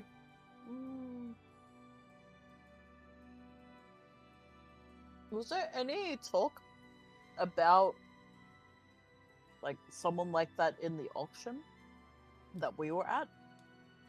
I seem to remember someone talking about the golden And- egg, The golden egg. and she was let. I was about to gone. say, who are you referring to, Frey? Are you referring to the one with the golden eyes? You can do an intelligence check to see if you can remember. Oh god. Let me You go I even back suspected in the Farouz as being notes. the White Knight. Yeah, I'm just coming it up here. He also discovered that one of the White Knights is a captain of the guard in a mining town known as Ruavant in the southern Summer Realms. His name is Farouz Marat, and he was once a royal guard who served loyally and honorably before retiring from royal service and taking a posting in Ruavant. Claiborne notes that Farouz likes to drink, but is somewhat of a lightweight and can be very chatty when drunk. An extra note tacked on more recently makes note that Farouz recently came to Gascon bearing what Claiborne refers to as the golden egg. Transaction was set up with someone known as the auctioneer, and the egg was sold on to a figure referred to as King. Before the egg could be handed over, however, there was a disruption by what is noted here as a singer, and in the ensuing chaos, the egg hatched, and the prize within was spirited away. The singer was captured and was to be delivered to King as some small recompense for the loss.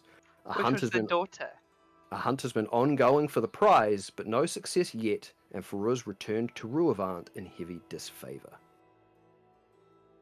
That is the relevant information about Marat. Delane that was the Claiborne singer, noted. right? Delane was put up in the auction because As there recompense. was not for that one, or not as far as you're aware. It was because Claiborne himself fucked up. Oh yeah, that was a Claiborne And thing, so- not a Farouz thing. For him to pay recompense, his daughter Delane was seen to be helping the slaves. She was helping some of them escape. She helped Morius escape. And this had not gone unnoticed. And so, as punishment, the rest of the slaving higher-ups decided that Delane was to be removed from the board and subjected to the same fate. Claiborne, being her father, decided he didn't want a piece of that, but he was not going to go against the slaving network, which is why he hired you guys to help free her. So that was a slightly different tangent on the story. Singer was taken? The singer was taken, yeah. The golden egg, or the golden ear, was liberated by a singer, and the singer was captured in the process. And the singer was then apparently delivered to King. Now, I don't think at this point any of you are aware of what the term singer means. No. So No. that's fine. But yes. Huh. My God, it's like all of this was there for. And then we veered off for another completely different Captain. path. Captain loved it. It was makes great. 25 threads and goes, wow, it's weird they didn't pick that one. I know, right? I got the 4 clues you left me. 20,000 clues later. Yeah. This is so good. What the fuck? Sorry, just to go back to Kieran for a moment. Of course. Did you tell him to watch us last night? Tell her? Sure, sorry. No. No, I have no control over what she does in her own time. There was a giant ant on the roof outside of our door. The first part of our night. Well, the only giant ant I know of in the town is Kieran. So, Maybe that is why she looks so unhappy. Don't ants usually travel in colonies? They have like a hive mind thing? I believe so. Something like that. Don't know if Usually. But we're either ants are she the was trying to watch us of her own volition or for us Fru's center. All of this is possible. I mean, there was some disturbance in the slaving thing. Maybe she knows us from there and recognized us? Also possible. Do you have ways now of... that you mentioned that, Oh. Oh. anybody who did make a history check earlier, when you were saying about recognizing the golden ear at the auction, what did we get? 18. 18? Did anybody Oh. else roll? that Did was I there? roll? I didn't roll. I did roll, but I forgot. Was that by 9 from... No, that was about the You city can re-roll if you'd like. Sorry, I was too busy trying to find the note about that. Sorry. 18. 18? Okay. Hey, twinsies. 15. In the midst of this talk, thinking about that and trying to throw back your mind to that auction and the floating beholder-like creature, Ugh. the massive stone giants and the chess puzzle you had to create just to get in there, you sort of drift your mind over the lineup of people and how Oswald was so keen to basically try and buy everyone. And you do remember that you've seen Kieran before. She was up on that stage in the auction. She was one of the people, one of the slaves, to be sold. So whilst you don't recall seeing the golden ear or anybody with golden eyes, you do recall having seen this lycanthrope, Kieran. And it's the somewhat emaciated look that kind of throws you back to going, wait a minute.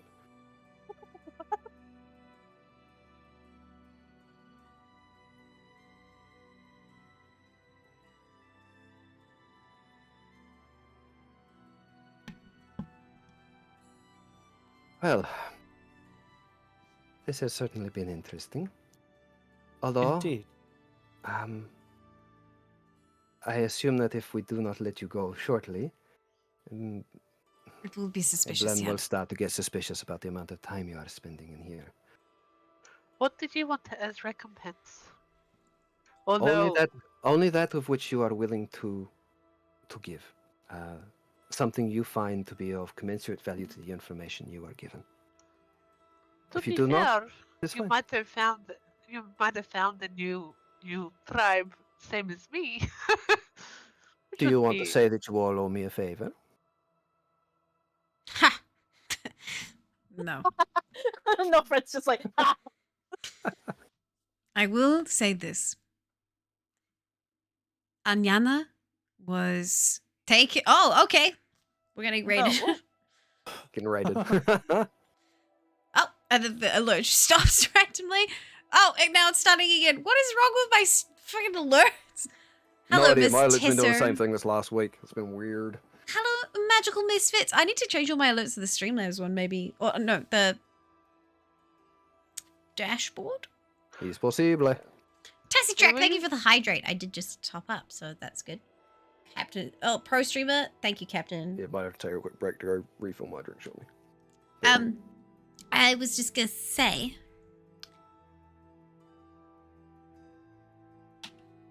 What was I gonna say? We're talking about recompense and the fact that, yeah. The reason your reading of Anyana was kind of foggy was because she existed both in our realm and in the dream world. There was a giant rift between our two realms, and there was stuff coming out of it. We have closed the rift, but there is, potentially a problem with the moon. So, I'm just trying to be honest with you. Okay. And Spider's got misplaced as well, and there's a whole, Face battle Spider going also, on. And here I coming am worried through. about my safety from a slaver. Wow, okay. Never mind, huh? You got a lot on your plate. Although, and she does sort of point at Frey, who I understand is just on a BRB. It's like, I did see a whole lot of mist in my vision of winter. Now that you mentioned the fog around Anyana. I don't know if they would be in the same place, but...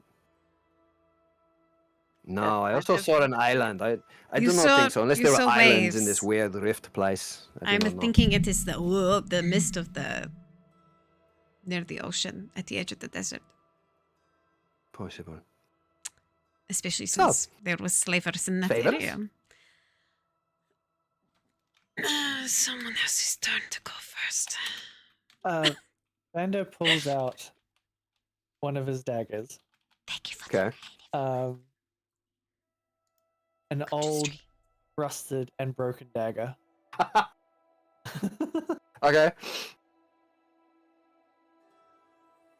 This dagger has been with me for a very long time. You not fall over? Talking to your dog? Yeah. That was Nugget, yeah. Nice, Starstream. Thank you for your flavor. It has had a long life before me. And it is something I treasure greatly. And its story will live on through you? No. Its story can live on through you. And he hands it to her. She sort of takes it and there is this kind of moment of, geez, you're handing me a rusty broken dagger, but there's also that understanding on her face of okay, for a man that's interested in story and, she perceived legacy, there is kind of this whole sort of I understand that. It's I accept. I don't know that I will ever use it, but I know a few people who might be able to refurbish it, and I can keep it close by if I ever find myself in need. I hope you never need it. As do I. But I pray you have it. I thank you, Vander. I've basically given you a hideaway. Another safe place to go to some. Oh, you mean the thing that I did for you revealed something for me? For you, yeah. I've never been more. Hey, a girl's got to try. It was a very good try. It's exactly the sort of reasoning I would use, but if you do I'm not willing feel as though to you owe wish you to, one. I will owe you one. in that case, I accept. Nofrit never asked a question, and I would ask Frey, but Frey's not here. And Harkison never asked a question either. It's well then, perhaps it's time for you to move on. And I wish you good luck, because in this particular scenario, I think your good luck is going to equate to my good luck. Can you send messages across large distances? Not one of the abilities in my skill set, I am sorry. It's okay. Right then. Well, and she sort of lifts her hands, and you see the curtain rail immediately lift, and the two cupboards start to sort of wobble over on their wooden legs to either side of the... I immediately move away to create some distance, to go back to the pole, to just... Yep. So Frey's back. Okay, so very quickly, Frey. Is there anything you wish to offer in recompense for the answer you were given about winter? Let me look at my Your inventory? Vanda offered a dagger with a story. Or a history. And Hitty went with I'll owe you one. Although did try and bargain that the information Did try to that was not bargain. for her was Respect the bargaining, but She's gonna. she's had people do that to her a long time. What about the information that you got, right? That's valuable. It's like, yes, information is very valuable. It's what I traffic in. Anything else? How about a cooking book and 50 gold? If you feel that the answer you got is worth a cooking book and 50 gold, then It's that's all worth you need to 100 give. gold. That's it. It's up to you. Like, she's not demanding a certain price. She's just saying, if you You know what, feel she's the just gonna answer give you got is 100 worth gold. something of commensurate value to be offered in return, or something you perceive to be of. Because, like, she has, the 3 books, 3 books about the moon, but she kind of wants to. Yep, or whatever you choose to give, mark that down. Yep. What was it? A cooking book and Yep, cooking book and 50 gold. okay. So she accepts the cooking book, and she gives out a bit of a laugh, and it's like, cooking is not something I am great at, but maybe now is my time to learn. Frey being- is that being said- amazing at it. I do wield a skillet pretty well. Oh, Yeah. really? Not usually for cooking, though. Only when Oh. people threaten me. Oh. It's a long story. Never mind. Maybe the next time we meet, if there is another time that we meet. And she sort of looks at you, Frey, and gives you a serious nod. It's like, I accept. Well, Casual Chaos Club. Good luck. And to you. And she sort of sits back, and that's Harkison's kind of standing there, still going. What Fuck. the Finishes up his tea, puts it down, and gives her a bow, and it's like, thanks, and walks out. I love him. So confused. So very confused. So very. It was as soon as Nofret started talking out loud about. He's like, "Sorry, what? What are we doing?" Yeah, huh? Huh? What? The fuck? Slavers? What? Savers. I'm a slave. This escalated real quick. Yeah, yeah. I'm Oh, gonna be the slave?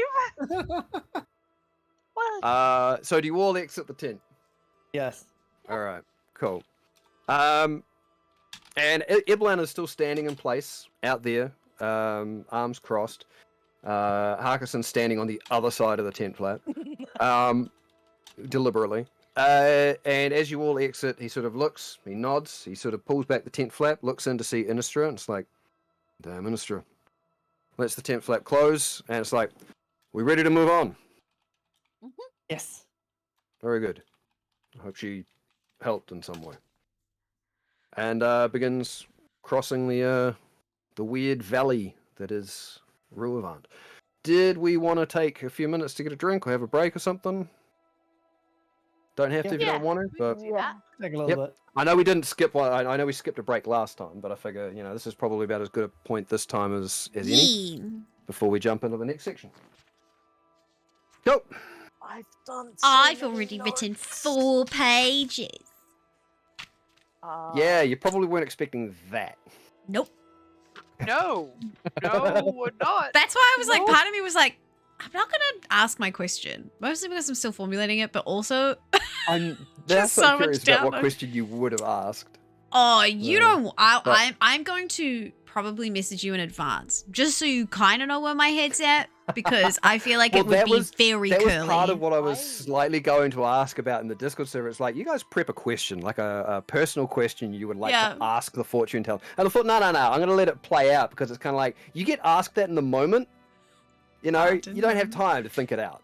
So it's like, no, we'll just do it properly. That's hilarious. Pouted a little bit when it had to be personal, because I was gonna ask something like, "What's going on with all the keepers? What's happening to Ooh. them?" I mean, that's sort See, of now, personal if to you you- because if you're you had keeper, related a- right? Yeah, if you had related a question Yeah. like that specifically to your keeper and how that pertains to you, she might have been able to give you an answer. I am still curious what's happening with Winter. Well, yep. Mm. Well, yeah, that's Yeah. opened up a fucking can of worms. Yeah. That's, but also, that's, what yep. if he's on the same boat as Anyana's father? Right? I love Quinn's You- face sometimes. I had so many questions. Like, I wanted to ask about Goldilocks. I wanted to ask about Oh, God. Lyra. I wanted to ask about changelings. I wanted to, like... I was waiting for just some weird ass questions. I was sort of sitting there going, cool. I'm going to have to think really fucking hard about this real quick with whatever they throw at me. And I loved it. Okay. Go on break, Yep. everyone. Go get, we'll be go back in get your 5. room. We'll be Yep, back. sounds good. Back in 5. I have muted the Discord. Magical Misfits, thank you so much for the raid. I really, really appreciate it. Barden Noman sounds like a high tier bard. What a guy.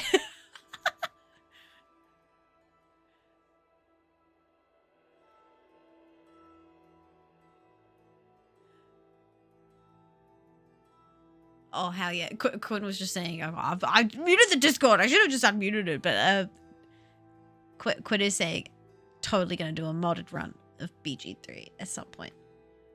Honestly, I need to play with more mods. I get too intimidated.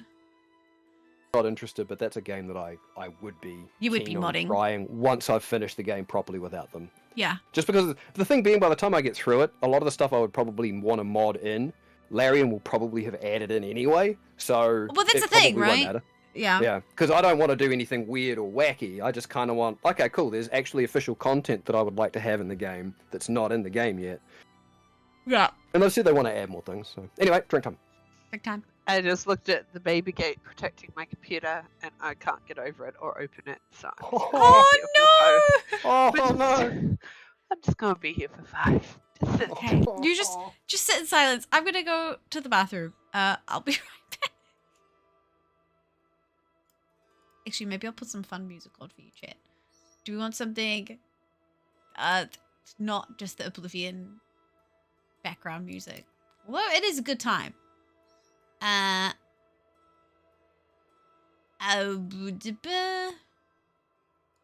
can listen to this for a bit. I'll be right back.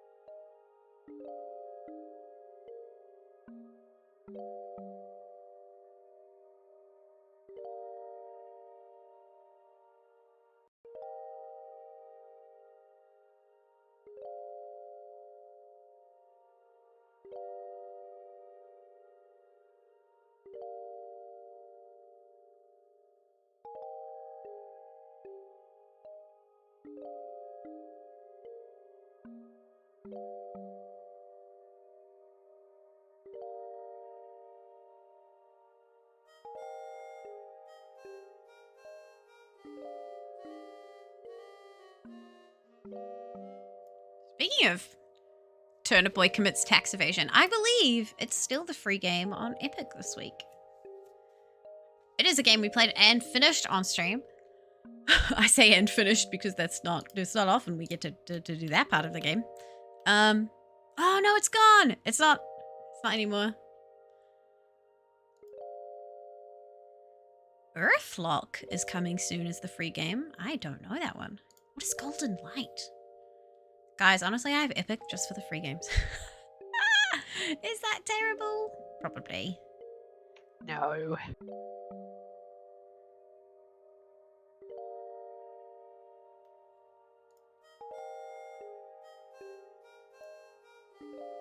Golden Light looks like some horror puzzle game. Probably. Welcome to the Meat Zone prop hunt where props hunt you. Okay, nope. It sounds like it's so scary. I'm a little bitch baby, so. not for me. Magical Misfits, have you finished Baldur's Gate out of curiosity? Or is it like, are you still playing it? Are you the kind of person who accidentally just keeps, making new runs of the game without finishing it? Not me with Divinity Original Sin 2.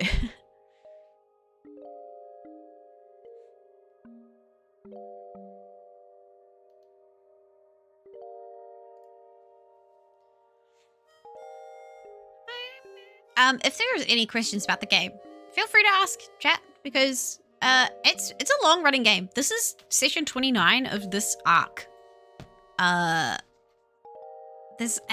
We story out the wazoo.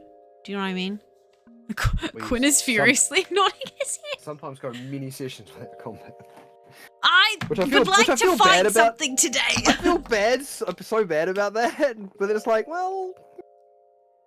I think just both the games I'm currently playing on a regular basis are very talky. Although in Delta Green the other night, we killed 2 men. It was great. Delta Green, it's a fucking great game. I'm thinking in the game, right? Yeah. Yeah,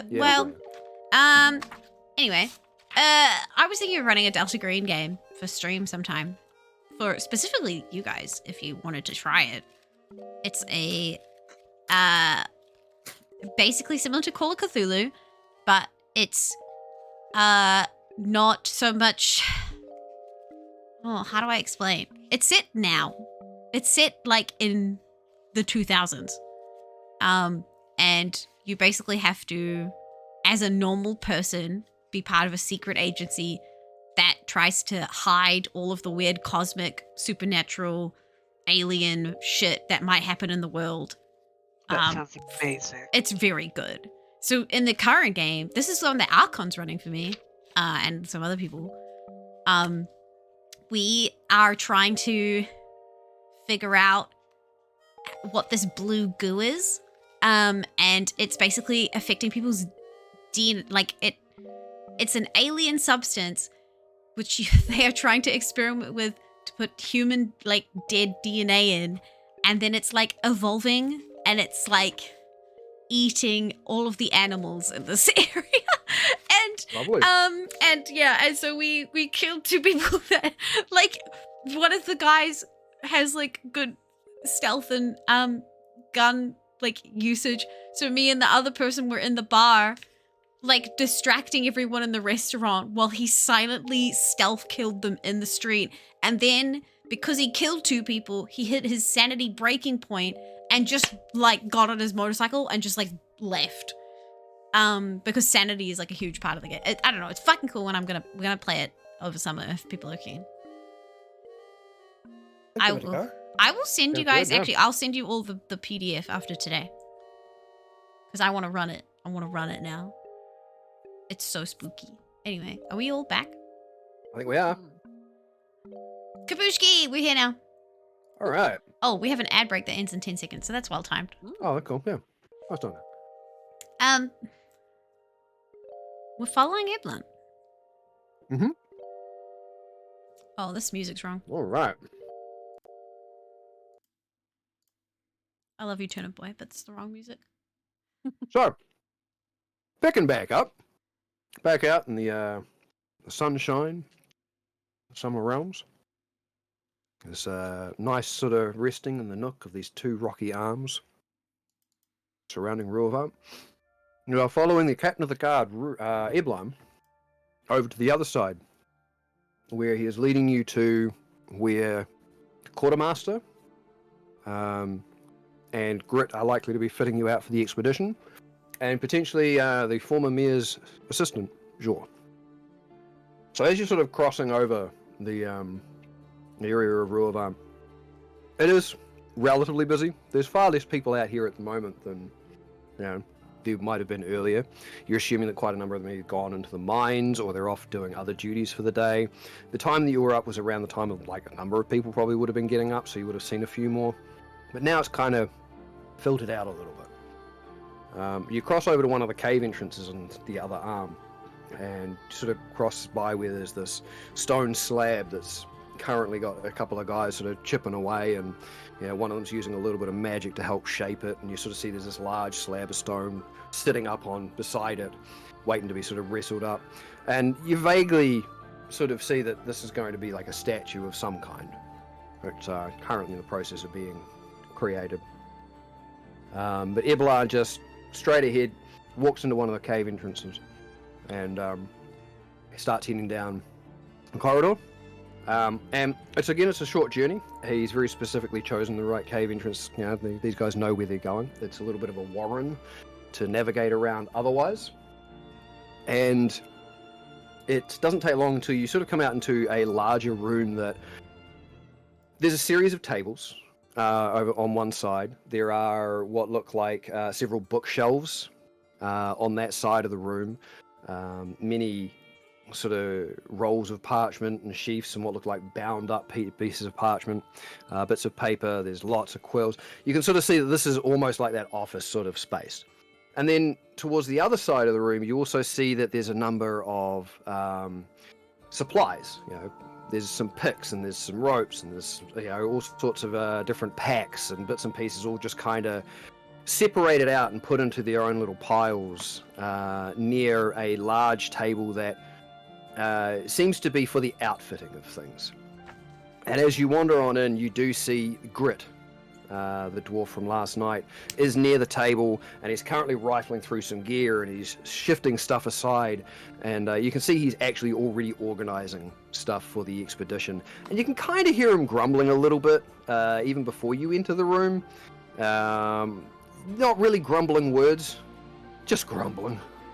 But at the same time as you sort of wander in, you do see that both the elf, the bespectacled elf, Berilar, the quartermaster, is over the other side, near one of the bookshelves. You can see he's got an open binder in front of him, and he's sort of not sitting down, but he's one hand next to the binder, and with the other one he's kind of making some notations in a couple of the, almost like in the margin of this book.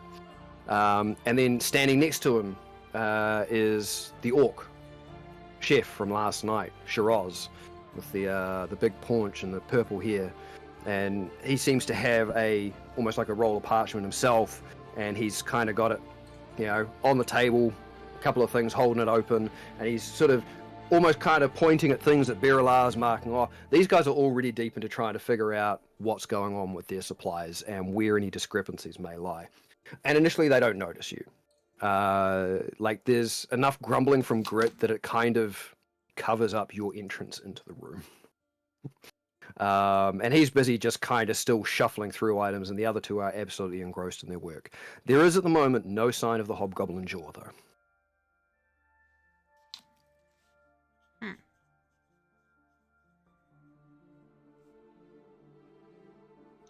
Good morning, fellas.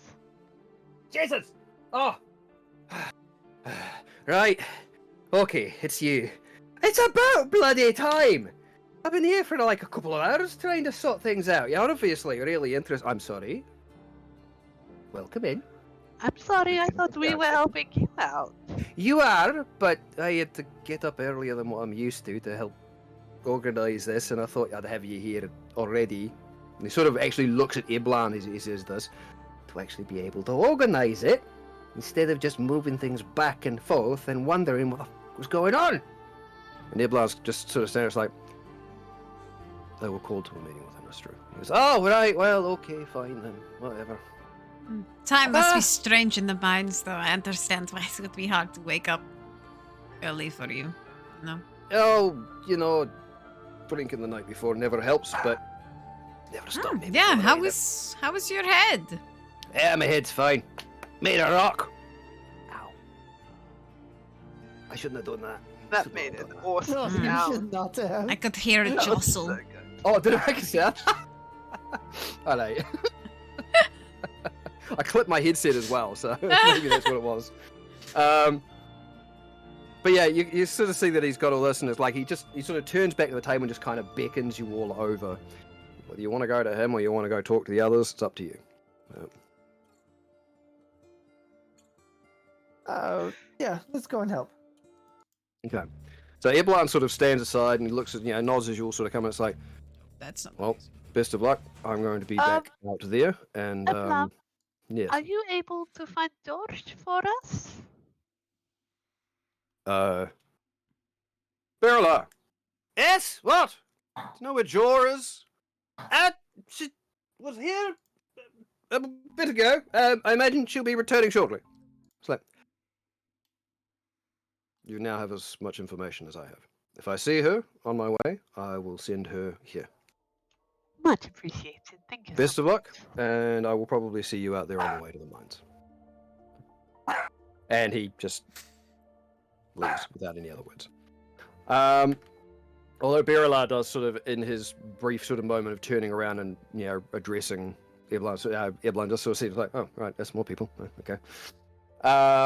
And yeah, so you head on over towards Grit, where you do see he has a multitude of supplies already on this large stone table. Right. So, how many of you have ever been down into a mine? Or, you know, spent any time underground or in a cave? A little bit, yes. Okay, so you know what sort of safety precautions you need to take? I'm guessing climbing harnesses. Right, well, here's a whole lot of stuff for you. I don't know what you've got as your own equipment, but you're going to want a full length of rope, and you sort of see he's got a pile of ropes over to one side.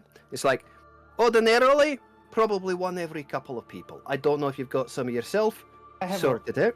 You got rope? Excellent. Well, you're all going to want at least one or have one between two of you. But you're always going to want to know who's got the rope and have it easily to hand. Okay? On top of that, and then he sort of slides over like this small sort of, you know how you can sort of get those little things with like knives in them? The chefs have, and they sort of unroll them and it's got like the knives. Yeah. On like a, yeah, he does that, but it's a series of spikes. He goes, right, now, every one of you is probably going to want a series of these, just in case, for any sort of climbing purposes or descent purposes. There are, of course, stairs, ladders, and even an elevator. But if we come to any sort of problem, you're probably going to want one of these, because if you start falling and you can't protect yourself, you're going to need some way of climbing back up if you do survive. All right? So, a set of spikes for each of you. I can climb quite well. Very good. Set of spikes if you want it. If you don't want it, that's on you. And so We'll he just... save your equipment. Yeah, and so he just rolls those all out. Okay. And then he sort of picks up, like, he throws, like, this big, almost sort of this big, massive wooden bucket on there. It's like, and you just hear the sloshing sound. It's like, right, water skins. You're going to want water. So I usually suggest 2 water skins each. It gets mighty hot down there. All sorts of things can happen.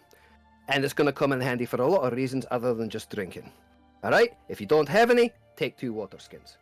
Grab Got it? 2 water skins. 2 water skins. All right.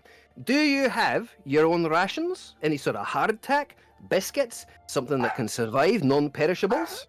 Yes. Okay, very good, because you're going to want something of that. Now, we we do have some here if you would like it. You know, just in case, hey, you get trapped behind a cave-in. Oh no, I'd say it's not likely to happen, but guess what we're going down there to do? Save people who are trapped behind a cave-in. So you're going to want some supplies to survive. So here you go. There is a small amount of rations there if you want to take them. We do also appreciate that anything you take here and, you know, survives, you know, please return it. It is actually the property of the town. Okay. On that note, obviously, rations and shit, we're not expecting you to give that back. Okay. And so, like, there's enough for, like, say, like 3 rations each if you choose to take them. Aww. Hetty's face with everything that he's saying, it's slowly dawning on her that she's about to go into a fucking cave system. Yep. Now, Grit. Yes. Some of our party members are not as good at seeing in dark places. I understand you yourself as a dwarf would be quite That's superior right. at I got that covered on my list. Fantastic. Thank you. Getting there. Appreciate the heads up. Yeah, and he sort of, he sort of does take a quick little scan, like the first time he actually starts sort of actually looking at you and analyzing your gear and what you have on you. And like, right, okay. And he sort of pulls out, because there's 5 of you, pulls out 5 necklaces. And he puts them down. It's kind of like, you're each going to want one of these. Now, what these are they're a talisman of safe descent. So in the aforementioned case of if you guys, something collapses and you fall, because hey, look, there's a lot of mines and it's a very deep place, you're going to want to be safe, because sometimes having the rope and being connected to somebody isn't going to help you. This is a one-time use. Grab the crystal hanging off the necklace, give it a twist, and you will float. Okay? Pretty good. It's pretty helpful. yeah. It's a one-time use of feather fall. It's a talisman of slow descent. And then he sort of hands over a series of armbands, which are all blue, and they've got what looks like the small little, almost like a clay symbol on it. And he goes, "These are tokens of deflection. You know, again, aforementioned, instabilities, cave-ins and things. If something happens and all of a sudden rocks fall, you don't want everybody to die. Okay, I know some gods out there may want that sort of thing. We don't really want that happening here. So what this will do is, oh shit, the sky's falling. Smack the clay token, shatter it, and it'll create a nice little barrier around you. It only lasts for a short time, but it should prevent you from being bonked on the head so hard you die." So basically it gives you a one-time use of shield. Nice. Then he hands you a small little, or he rolls out another wee pouch that's got a series of light blue crystals on them. So light blue they're almost clear. It's like, right, each one of these produces a bubble of air around you. Because you are going down into a mine, sometimes it gets a little hard to breathe, sometimes it's cloying, sometimes it's stifling, you do encounter natural gases. So all of these, they give you a certain amount of time where you can generate just a nice little pocket of oxygen. Alright, if we go through anything that might be inherently dangerous for you to breathe, I'll give you the heads up, you use this. It does have a limited duration, so be sure that you use it, and then when you don't need it, you switch it off. How do you switch it on and off? Great, you just give it a rub 3 times, done. Okay, got that? Yep. Yeah. No. Good. Pretty good. Yes. Yep. All right. The werewolf nods. Great. The 2 little ones. Did you get that? This is important. Okay. Very good. Excellent. And he goes, right. I think they've got. Shit. What sort of time have these got, Birla? And Birla sort of looks like. After last charge, I think they're about 20 minutes each. It's like, there you go. You got 20 minutes. Don't fuck it up. And the last thing he sort of brings out is a sheathed scroll. And he goes, and this is from me. Right? This isn't part of our supplies, and I know you're taking that, Berilla. It's a scroll of stone shape. Okay? It's good for one use. If you really need to carve your way out of something or into something, you really need to get through something blocked, one use. You're gonna ask me, hey, why didn't we use it to go down and take a look? I'm not gonna fucking jump into the jaws of a Bullete, and everybody else around here is too much of a coward to do it too. But here you go, it's gonna help. Who wants it? Anybody? Oh, Alright, the cat spoke first. And he hands the scroll over to you. He then sizes up, as he's sort of handing that to you, your series of daggers, and then he looks over at Frey, and it's kind of like, what armor are you wearing, Frey? Oh. Scale mail. Okay. Or was it chainmail? I can't. I don't know. think That's it not is up to me to scale mail. remember. Thank you, It is. Platinum. It is first. It sort of turns and it's like, right, this is probably going to be something you disagree with, and I'm sorry, but you're probably not going to want to take that heavy armor in there. Also, those knives, Yes. you're going to want to be careful with those. I see generally have- none of the rest of you are carrying blades or anything of large metal quantities. No, actually, yeah, no, that's not something I carry. All right. I am sorry, miss. Is this I know because people of the rely on heat? armor. Sorry, is this Because of the heat that you were speaking of. a little bit? There are pockets of water there, and heavy armor can make it very hard to swim. However, the area where the new vein is, it goes through a den, and that den is full of a whole lot of creatures that are really attracted to metal. We don't really want them snacking on your goodies, so instead, we'll get you to leave it here. We'll give you a temporary replacement that is less appealing to them. And, it'll be here when and if you survive. Okay. We never wanted to drive it out. The underground's got as much of an ecology as the overground, right? You don't want to disrupt that balance, and so we're not going to drive these beasties away. So yes, I am afraid, miss, I'm going to ask you to doff the arm. Oh, that's fine. Just make sure that it's in its safe hands. I can think of no more uncaring hands than Berla. Oh, okay. Is it safe with his indifference? That's the one. It's really important to me. That's all. Yeah. I promise. I may be making light of it, but No, honestly, you're doing us a favour. We'll try so and we keep don't it safe. get snapped up by things that. I understand. So I should leave some of my daggers behind? If you have anything of a bigger variety, be aware you have a lot of them, and a lot of them can add up to being a large amount of metal. So it's up to you. You can either leave some of them here, you can leave all of them here. We do have replacements that you can take with you temporarily. Honestly, we're going to need it all back when you're done. But if you choose to take it yourself, that's entirely up to you. But do be aware you may be making yourself a target for something that likes to eat metal. In which case, instead of only being separated from it for a short time, you may be separated from it forever. Got any burn daggers? You have the instead? whip, don't you, Vander? Yeah. Don't you have the whip? You to divest yourself of all of them, just maybe lose a few temporarily. I can leave some behind.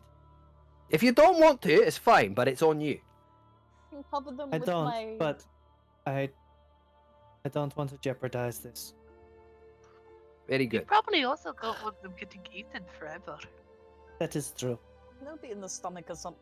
That would And be so awful. he slides 3 daggers across that have kind of like a darker hue to the blade. And as you pick it up, you sort of notice that they've almost got like a red vein winding the way through the dark iron. And there's kind of this speckling over the top, like it's been covered in glitter.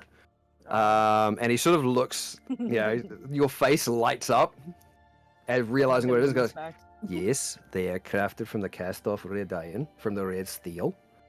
Anything that is not used because of these sorts of things, we are entitled to be able to hold on to it as temporary replacements. I'm going to say again, temporary replacements. Uh-huh. All right? Uh-huh. I'm not believing you. They're so pretty and It is fine. shiny. Don't worry. We will get them back to you, right, Vander? I'm going to kill everyone and keep these. Vander, he's being Then why sarcasm. are you even going into the mine? I don't It's- understand. It's fine. Sarcasm. He's learning Is that it. what that was? All right. Okay. Holy shit. And he then sort of looks at you, Frey, probably in the middle of doffing your arm. It's like, all right, what sort of replacement would you like? We've got a series of leathers. We've got a few hides. We do have a chain shirt that is infused with a little bit of red steel too. If that's more to your liking, once again, temporary replacement. What's more to your liking? It's gonna feel weird not having my armor, just anything, to be honest. Just All right. Well, you were in heavy armor. We'll give you the chain shirt. Okay. As he's sort of going through all this, you can sort of start to hear almost this kind of strangled sort of from over the other side of the room from Birilar, who's kind of taking note of everything that he's just throwing your way. We'll give these back. Don't worry. Yes, Um, definitely. So he does bring out a set of a chain shirt that does have a very slight red texture to it, a red coloration to it. You do see that as he's got all of that, and you guys are equipping yourself. He walks over to another large, sort of almost like a bucket, and he just pulls out like a couple of big, unshaped metal clumps. Like they've not been like they are just like cast off metals, and he just kind of biffs them into his pack to have over his shoulder. And he also sort of picks up a pickaxe and a hammer that you can sort of see also have that red vein running through it with the speckling on it. And he sort of turns to you. It's like, right, how are we feeling? You ready to go into the mines? How many of these tools do you think we will need? Do you think, do accidents happen a lot with the roof? Not if you go in and you're properly prepared. Did we get did can I just check the team's lantern situation? Right, yeah, something about not being able to see in the dark. Shit, I keep forgetting that. Most of the place is pretty well lit. The only places you might not that aren't are some of the places that have a little bit more of a gas issue. And I'm not talking about flatulence, all right? If they do have a flatulence problem, please keep it to yourself. We're in a tight space.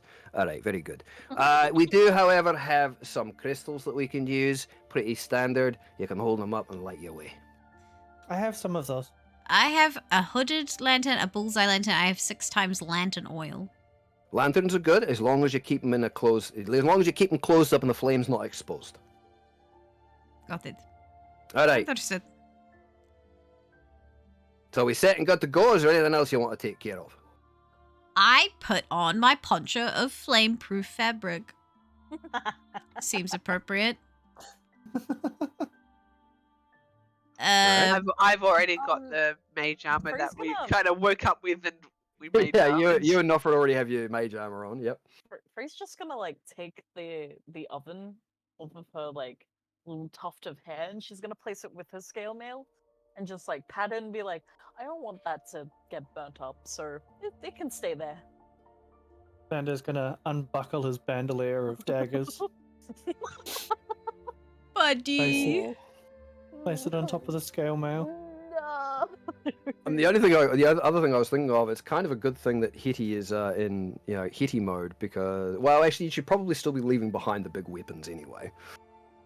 We'll just assume that that's what's happening. I love that, like, they'll just see this tiny little gnome just heave out this, like, and her strength, like her little arms are shaking as she, like, pulling it out. Yeah. It's just screaming in her head, going, no, but my babies! Yeah. Because that can't go down in the mines either because of the large amount of metal, unless Hetty really wants to, invoke Seket's wrath. Which she might be doing by leaving it behind anyway, but Hetty is not winning this. I am pissed whatever. I am going to. Am I going to? Oh. What's your AC now, Frey? It's 13. I give you my ring if of protection. Is it? if you've got a chain shirt, it should be higher than that, I think. Should be higher than that? Because I was looking at the 5E chain shirt, and the AC is 13. What's your dexterity though? You're gonna plus your dex. Oh yeah, my dex. My bad. Sorry, it's a medium armor, not a heavy, but that's the best they've got on offer. So it's 13 plus whatever your dex mod is up to a maximum of +2. Yeah, it's a 15 then. Okay, And so yeah, plus- your AC is 15. If you've got a shield, I do. which I think you do, makes it 17. There you go. I don't think Frey has a shield. She doesn't? Okay. No. Can she Oh, acquisition maybe one so? right now? Also, let me quickly check my whatchamacallit. Okay, as yes. a squishy member of the party, it sounds like I'm keeping my ring though. Yeah, keep it Yes. because you squish. You squish and pop. I didn't don't want know our how- healer to squish and you. pop either. I don't. Oh, what level? We're level 6, right? Oh, Yeah. I'm fine. I have celestial bodies as well that I can use. You have your Oh. tank Yeah. mode activate ability, yeah. Yeah, I have my. I'm tanking this. Yeah. Okay. You have the one Okay, the one that then. increases your AC, yeah. Yeah. I feel like I need to refigure out my AC. It's so scary on how much I can just like go. Oh, look at me! I look so squishy. I'm a tank now. Let's go. Yeah, fuck, no you, yeah. Alright. Alright. Preparations all done. Y'all sorted. You ready to go? Are Yes. you okay with coming with us? No, I'm not. But you know what? At least somebody's doing something, right? At least we can. Those who drink after complain this. about things that don't change should get out of the way that people are doing the change. We'll drink Yeah, after this. change. Plus sticks modifier. Yeah, so it is 16. Frey immediately like gets what Hetty was saying, and she just starts laughing with Hetty. Excuse me. As a note, Vander is definitely taking some of his daggers with him. Oh yeah. I assume so. Yeah. Is yeah, we are also supposed to leave our large quantity, I'm sorry, our money behind, because that is also a metal to a degree, or is it such a low quality metal that it is not metal? I mean, I guess that depends on how much money you're carrying. If How you much are money put are it we this carrying, way. team? All right, let's put it this way. If you are carrying enough money that you feel concerned about it, you're probably carrying too much money. I have a quick question. Uh-huh. We see Thanks, critters. Ladiva. I have a bag that you can put lots and lots of things into. Can they sense different dimensions in it and go in, or? I have no idea. I think we're safe if we put everything in the bag. Vander, you They're wanna kind put of your like a daggers in the magnet. bag? Like it works within a certain distance. So I'm guessing that if they're in a different dimension, distance doesn't mean anything. If that's how Well- magic works. Well, I think that would be a way for us to still have our stuff on us, and get it out of your hair as well. All right. Well, in that case, do you want to give me my shit back and you carry yours? No, We See, I just mean expected an answer from him. we just mean putting his daggers in the bag. And yes. Yeah, I mean, it won't be easily reachable for him, unfortunately. Right. So he'll need your equipment so that, you know, if something bad happens, he can go, oh, I have Yep, nope. protection. Okay, I got it. Okay, are we good to go then? Yes. Mhm. I'll just be quietly shoving that. Yeah. We just oh, we nigga. just Woomph. wanted to Woomph. talk to Jor before we go down. Oh, we did too. I have some cookies that I need to give her. And I but have I- some cookies are old the- cheese. What the? Cheese? What? That's a Oh, little the weird. cheese man. You're a little weird, you know that? That's great, I love weird. Okay, so, if you Makes guys are going to sense. talk with Jor, first of all, you're going to have to find her. She's not here? It doesn't Oh, look yes. like it. know where she yeah, would we have figured. It's gone. going to be a long climb. You know what, I'm pretty sure Evelyn just, or Birla said before she stepped out and was going to probably be on her way back. I don't know where she went. I was too busy trying to get this organised for you. Very grateful. Thank you so much. Yeah, Thank we you. very much appreciate your work. You're welcome. Like I say, I might sound like I'm a bit gruff, but I'm also slightly hungover. I appreciate the fact that you guys are trying to do something everybody else is too afraid to do. And we will try and keep you alive. Well, I'm not going into the fucking place where the monster is. I'm just taking you there. Fair. Good point. Ben Hawk is like in the background just shitting himself. Well, He's we- resigned. I'd To the like- fact he's resigned to the fact he's not having a good time. He's not having a good That's time. how I'm gonna die. This is the worst week for him. So yeah, while all this is going on, you guys are outfitting yourself. You are setting this up. There will come a point at which Jo will walk in, Mm. with her own little sort of wee tray of food. That's apparently where she went. And she sort of doesn't really even take note of the fact there's other people there. She's almost got her head sort of downcast a little bit, and sort of walks on over to the other table where Birla and Shiraz are, and places the tray down, so that noms are available. And of course, they both kind of ignore it as they're busy comparing notes. But she is here now. She was basically going to appear partway through all of that, and then attention was called to it. I'm going to let the people who talked to her last night take the lead. Offred is going to be trying to stick pittons onto her shoes with my Praise cobbler's God. tools. Frey's gonna walk over. Yep.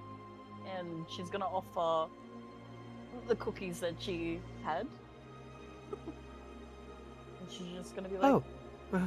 Hi. Just offering some cookies and asking how you are today. Just tired, like most days, I suppose. Thank you. I already. And she sort of looks at the tray of food she brought and is like, I sort of already brought some food, but yeah. We'll take some cookies. Thank you. So about last night, I know that I shouldn't bring it up, because it's a little bit of a touchy subject, but what were you going to say exactly? I don't think I recall. Jog my memory? You hesitated, like you were going to say something, but then you ran off. Excusing yourself, mind you. I was tired. Maybe that's what it was. Clearly I've lost my train of thought. I would like to roll an insight check. Go for it.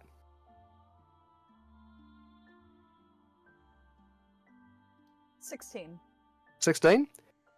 Yeah, she's just not being particularly forthcoming. She's being very, very sketchy about it. She's not, yeah. And you sort of do see that her eyes are kind of darting around the room with all of the people here. Like, she's very, very jumpy and jittery.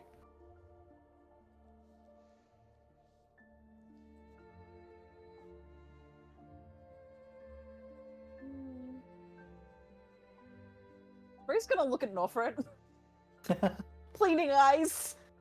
Like, oh, I don't know what to do.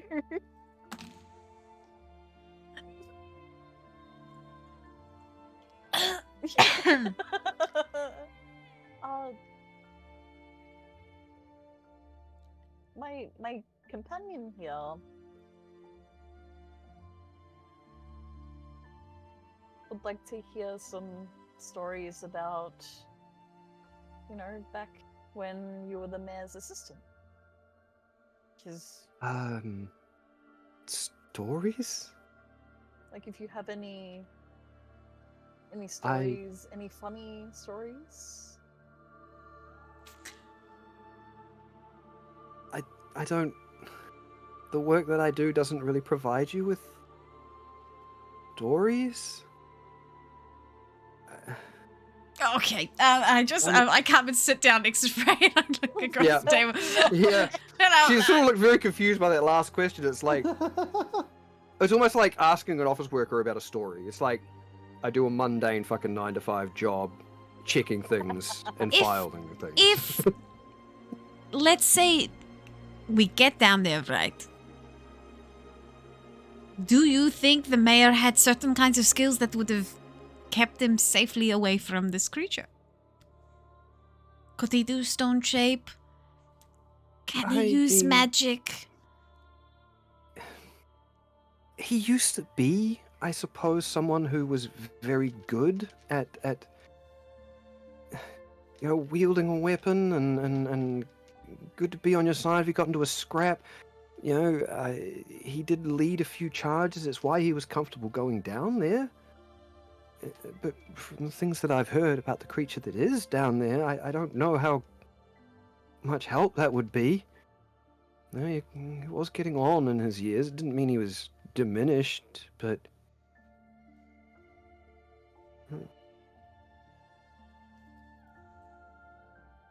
I understand. It's okay. We were just seeing whether you might have more intel. If anything, we will help him find his way home. Whatever that may look like, okay? We'll bring him back. Thank you. It'd be a bit of peace of mind, I think, for a lot of us. He sounded like a great man. He was. At least he was to me and a few others. And you sort of get this very soft sort of eye from both Berilar and Shiroz, who are close enough that they can hear this conversation. Yeah, but you But sort they, of get but they can Yeah. respect that we're trying to find a guy. Yeah, but even though they're whatever. sort of still doing what they're doing, you could obviously like their murmurings had sort of ceased during your conversation. And yeah, there is kind of this whole sort of, when Jaw sort of says to her he was a great man, but they both kind of echo that sentiment. Okay, so he has friends. This is good. This is good. This is good. We can work with this. We can work with this. We can work with this. If he, like, out of character, if he is still alive, we can just kind of like, arms raised, being Okay. like, we're against Murat. Yeah, he's Down tried with- to take your mayorship. Down with the liar, stuff like that. Down Down with with the the system. slave man. Way. My Anyway, feel is that he's put this this guy into slavery, which would be horrible, but well, them being trapped down there is code word for. I mean, it would make it would be definitely a play. It's a trap. The top. Okay, so I'm gonna in a moment of Nofred actually trying to like be emotional with a stranger, she's gonna reach out and touch the other person's hand, and she's gonna say to Jor, "With your blessing, we will go now."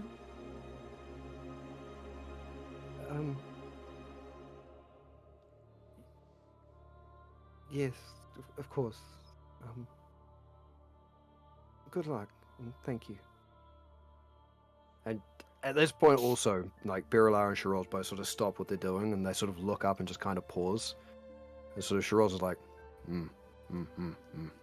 Whilst Birilar is, yes, thank you for this. We may seem like we're an uncaring hard bunch, but we do actually give a shit about this place and its people. Thank you for what you're doing. It is appreciated. And I do hope that you can all come back safe. And at least with some salve for our souls about what has happened. And they go sort of back quietly to their books. All right, team. We got this. Time to go into the belly of the beast, I guess. Yes. All right, so you're all prepared? Good name for it. How's Hawk going with all of this? He has actually managed to find himself a suit of the leather armor that was sort of being offered there, as well as a bow and a several arrows. He also does have a short blade now tied to his belt. And at any of you sort of giving him a bit of a look, he's kind of like, I'm not going in unprepared. He's defending himself, so It's fine. Yeah. You're fine. If you're worried about me shooting you in the back. Oh no, trust me. If you ever tried to do that, consider our little I'll keep you safe, I'll keep you alive gone. Yeah. Mm-hmm. Cool. All right. Right, are we done messing about? I think Of course. so. Just how deep is this cave system? How deep? Just an idea. Do you mean how deep have we dug, or how deep is the natural cave system? How deep are we going? Well, down to the mine level that we're going down to, probably a couple 100 feet minimum. Oh, Cool. It's not so great. bad. Yeah, so we're just going the opposite of up. Ugh. Yes. Up is scarier, let's be honest. Up. I like- No. Pat Hitty on the back, and I'm like, hey, at least you're not as tall as me or Vander. You know, we're gonna hit our heads down there, so. Hey, short person crew, let's go. Let's go. She like he just- fist bumps him. Yeah. And he sort of shuffles the hammer and pick over to the other shoulder and gives you the all right, has them sort of sitting on his shoulders like, let's fucking go, and just immediately saunters out of the room. As we're leaving, I grab Vander's arm and just kind of whisper into his ear, "Have you seen Thrus Marat this morning?" I think I caught a glimpse of him. Okay. Just got to watch our backs down there. Oh, yes. And that's it. All right. We'll just carry on. So you emerge back out into the sunshine after a very short jaunt, and you can sort of see that Grit is standing there. He's sort of, giving himself a little bit of a jump, sort of all right, half jogging in the spot sort of thing, taking a few deep breaths of the open, fresh air. And as you sort of all emerge, it's like, all right, that way, and starts heading off towards the mining pit.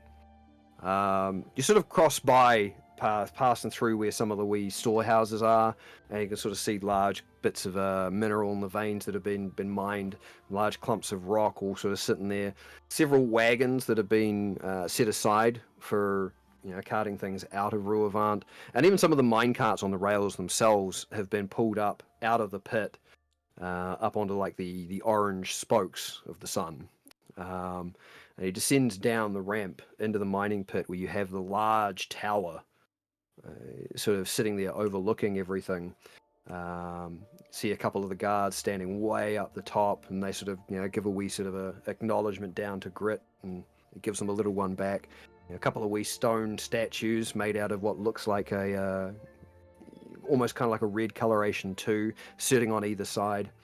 You cross under the tower and between two more storehouses, where you see a couple of guards are busy, or a couple of the workers are busy trying to move one of the carts that's gotten a little jammed on one of the rails, and giving them a little bit of a hand, sort of putting a shoulder down into it. You do see Marat there trying to help dislodge this minecart. And as sort of Grit just, straight ahead just walks past, Marat does kind of sort of shoulder himself up onto the side of the cart, looking over, and it's like, off into it, are we? Off into it. Well, good luck. You are in good hands with Grit. Grit, keep him safe. That's the plan! It's like, I wish you best of luck. We'll take care of the rest. Thank you. And he goes back down and just starts reapplying a shoulder to the minecart to try and get it moving. I am so glad I'm not any taller. So you do, as this large upper hemisphere of the sun sort of fades back down and begins to narrow. It's a massive, massive opening into the mountainside, and then it does sort of very quickly narrow down to that small cave space. You enter the mines of Ruavant, and I think that's probably about the best place for us to leave it tonight, given the time before starting this. Into the belly of the mountain. All right. Woo! All right. You have made some connections today, folks. Yeah, Mm-hmm. Shit. I was not expecting that. So when we emerge from these mines, and if the mayor is alive, are we gonna cause like A ruckus? a rock?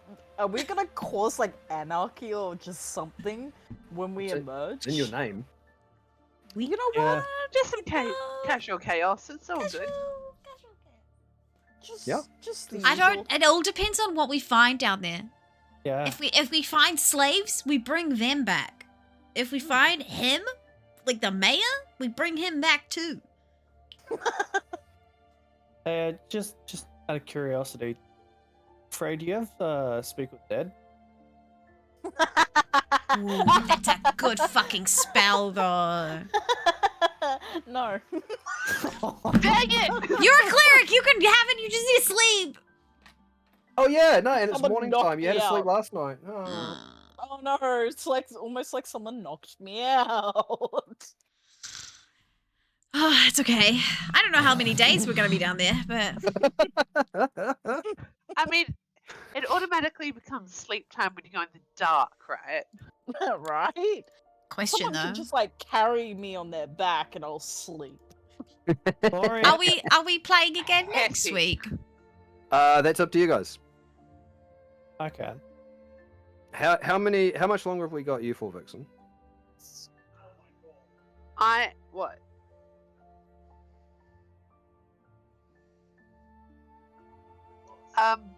Sorry.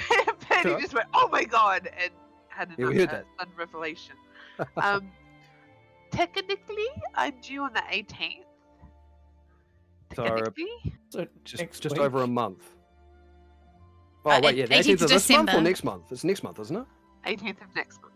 Yeah. Okay. Okay. We have. So we've got just under 5 weeks. So if you guys want to play next week, I'm happy to do that. I'm happy to play as much as possible. Yeah, that's I that's don't why wanna- I'm throwing I it in. don't want everyone else to feel like they have to. Yeah, like honestly, it's only if we're going to have everybody here to play that we want to do it.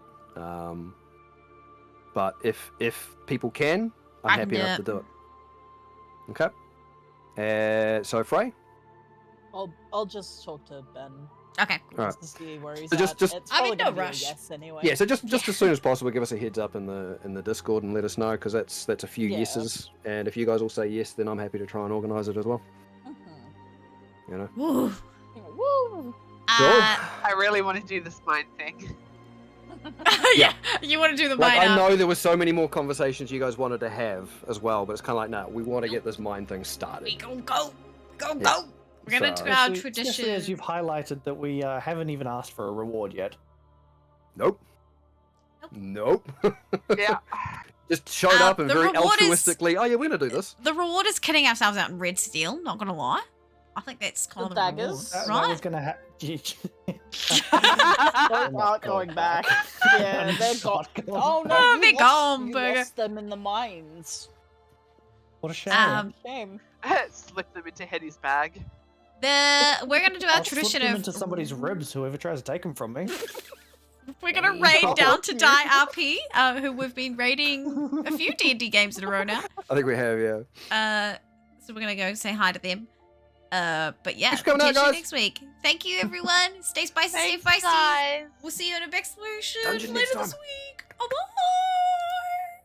week. Bye.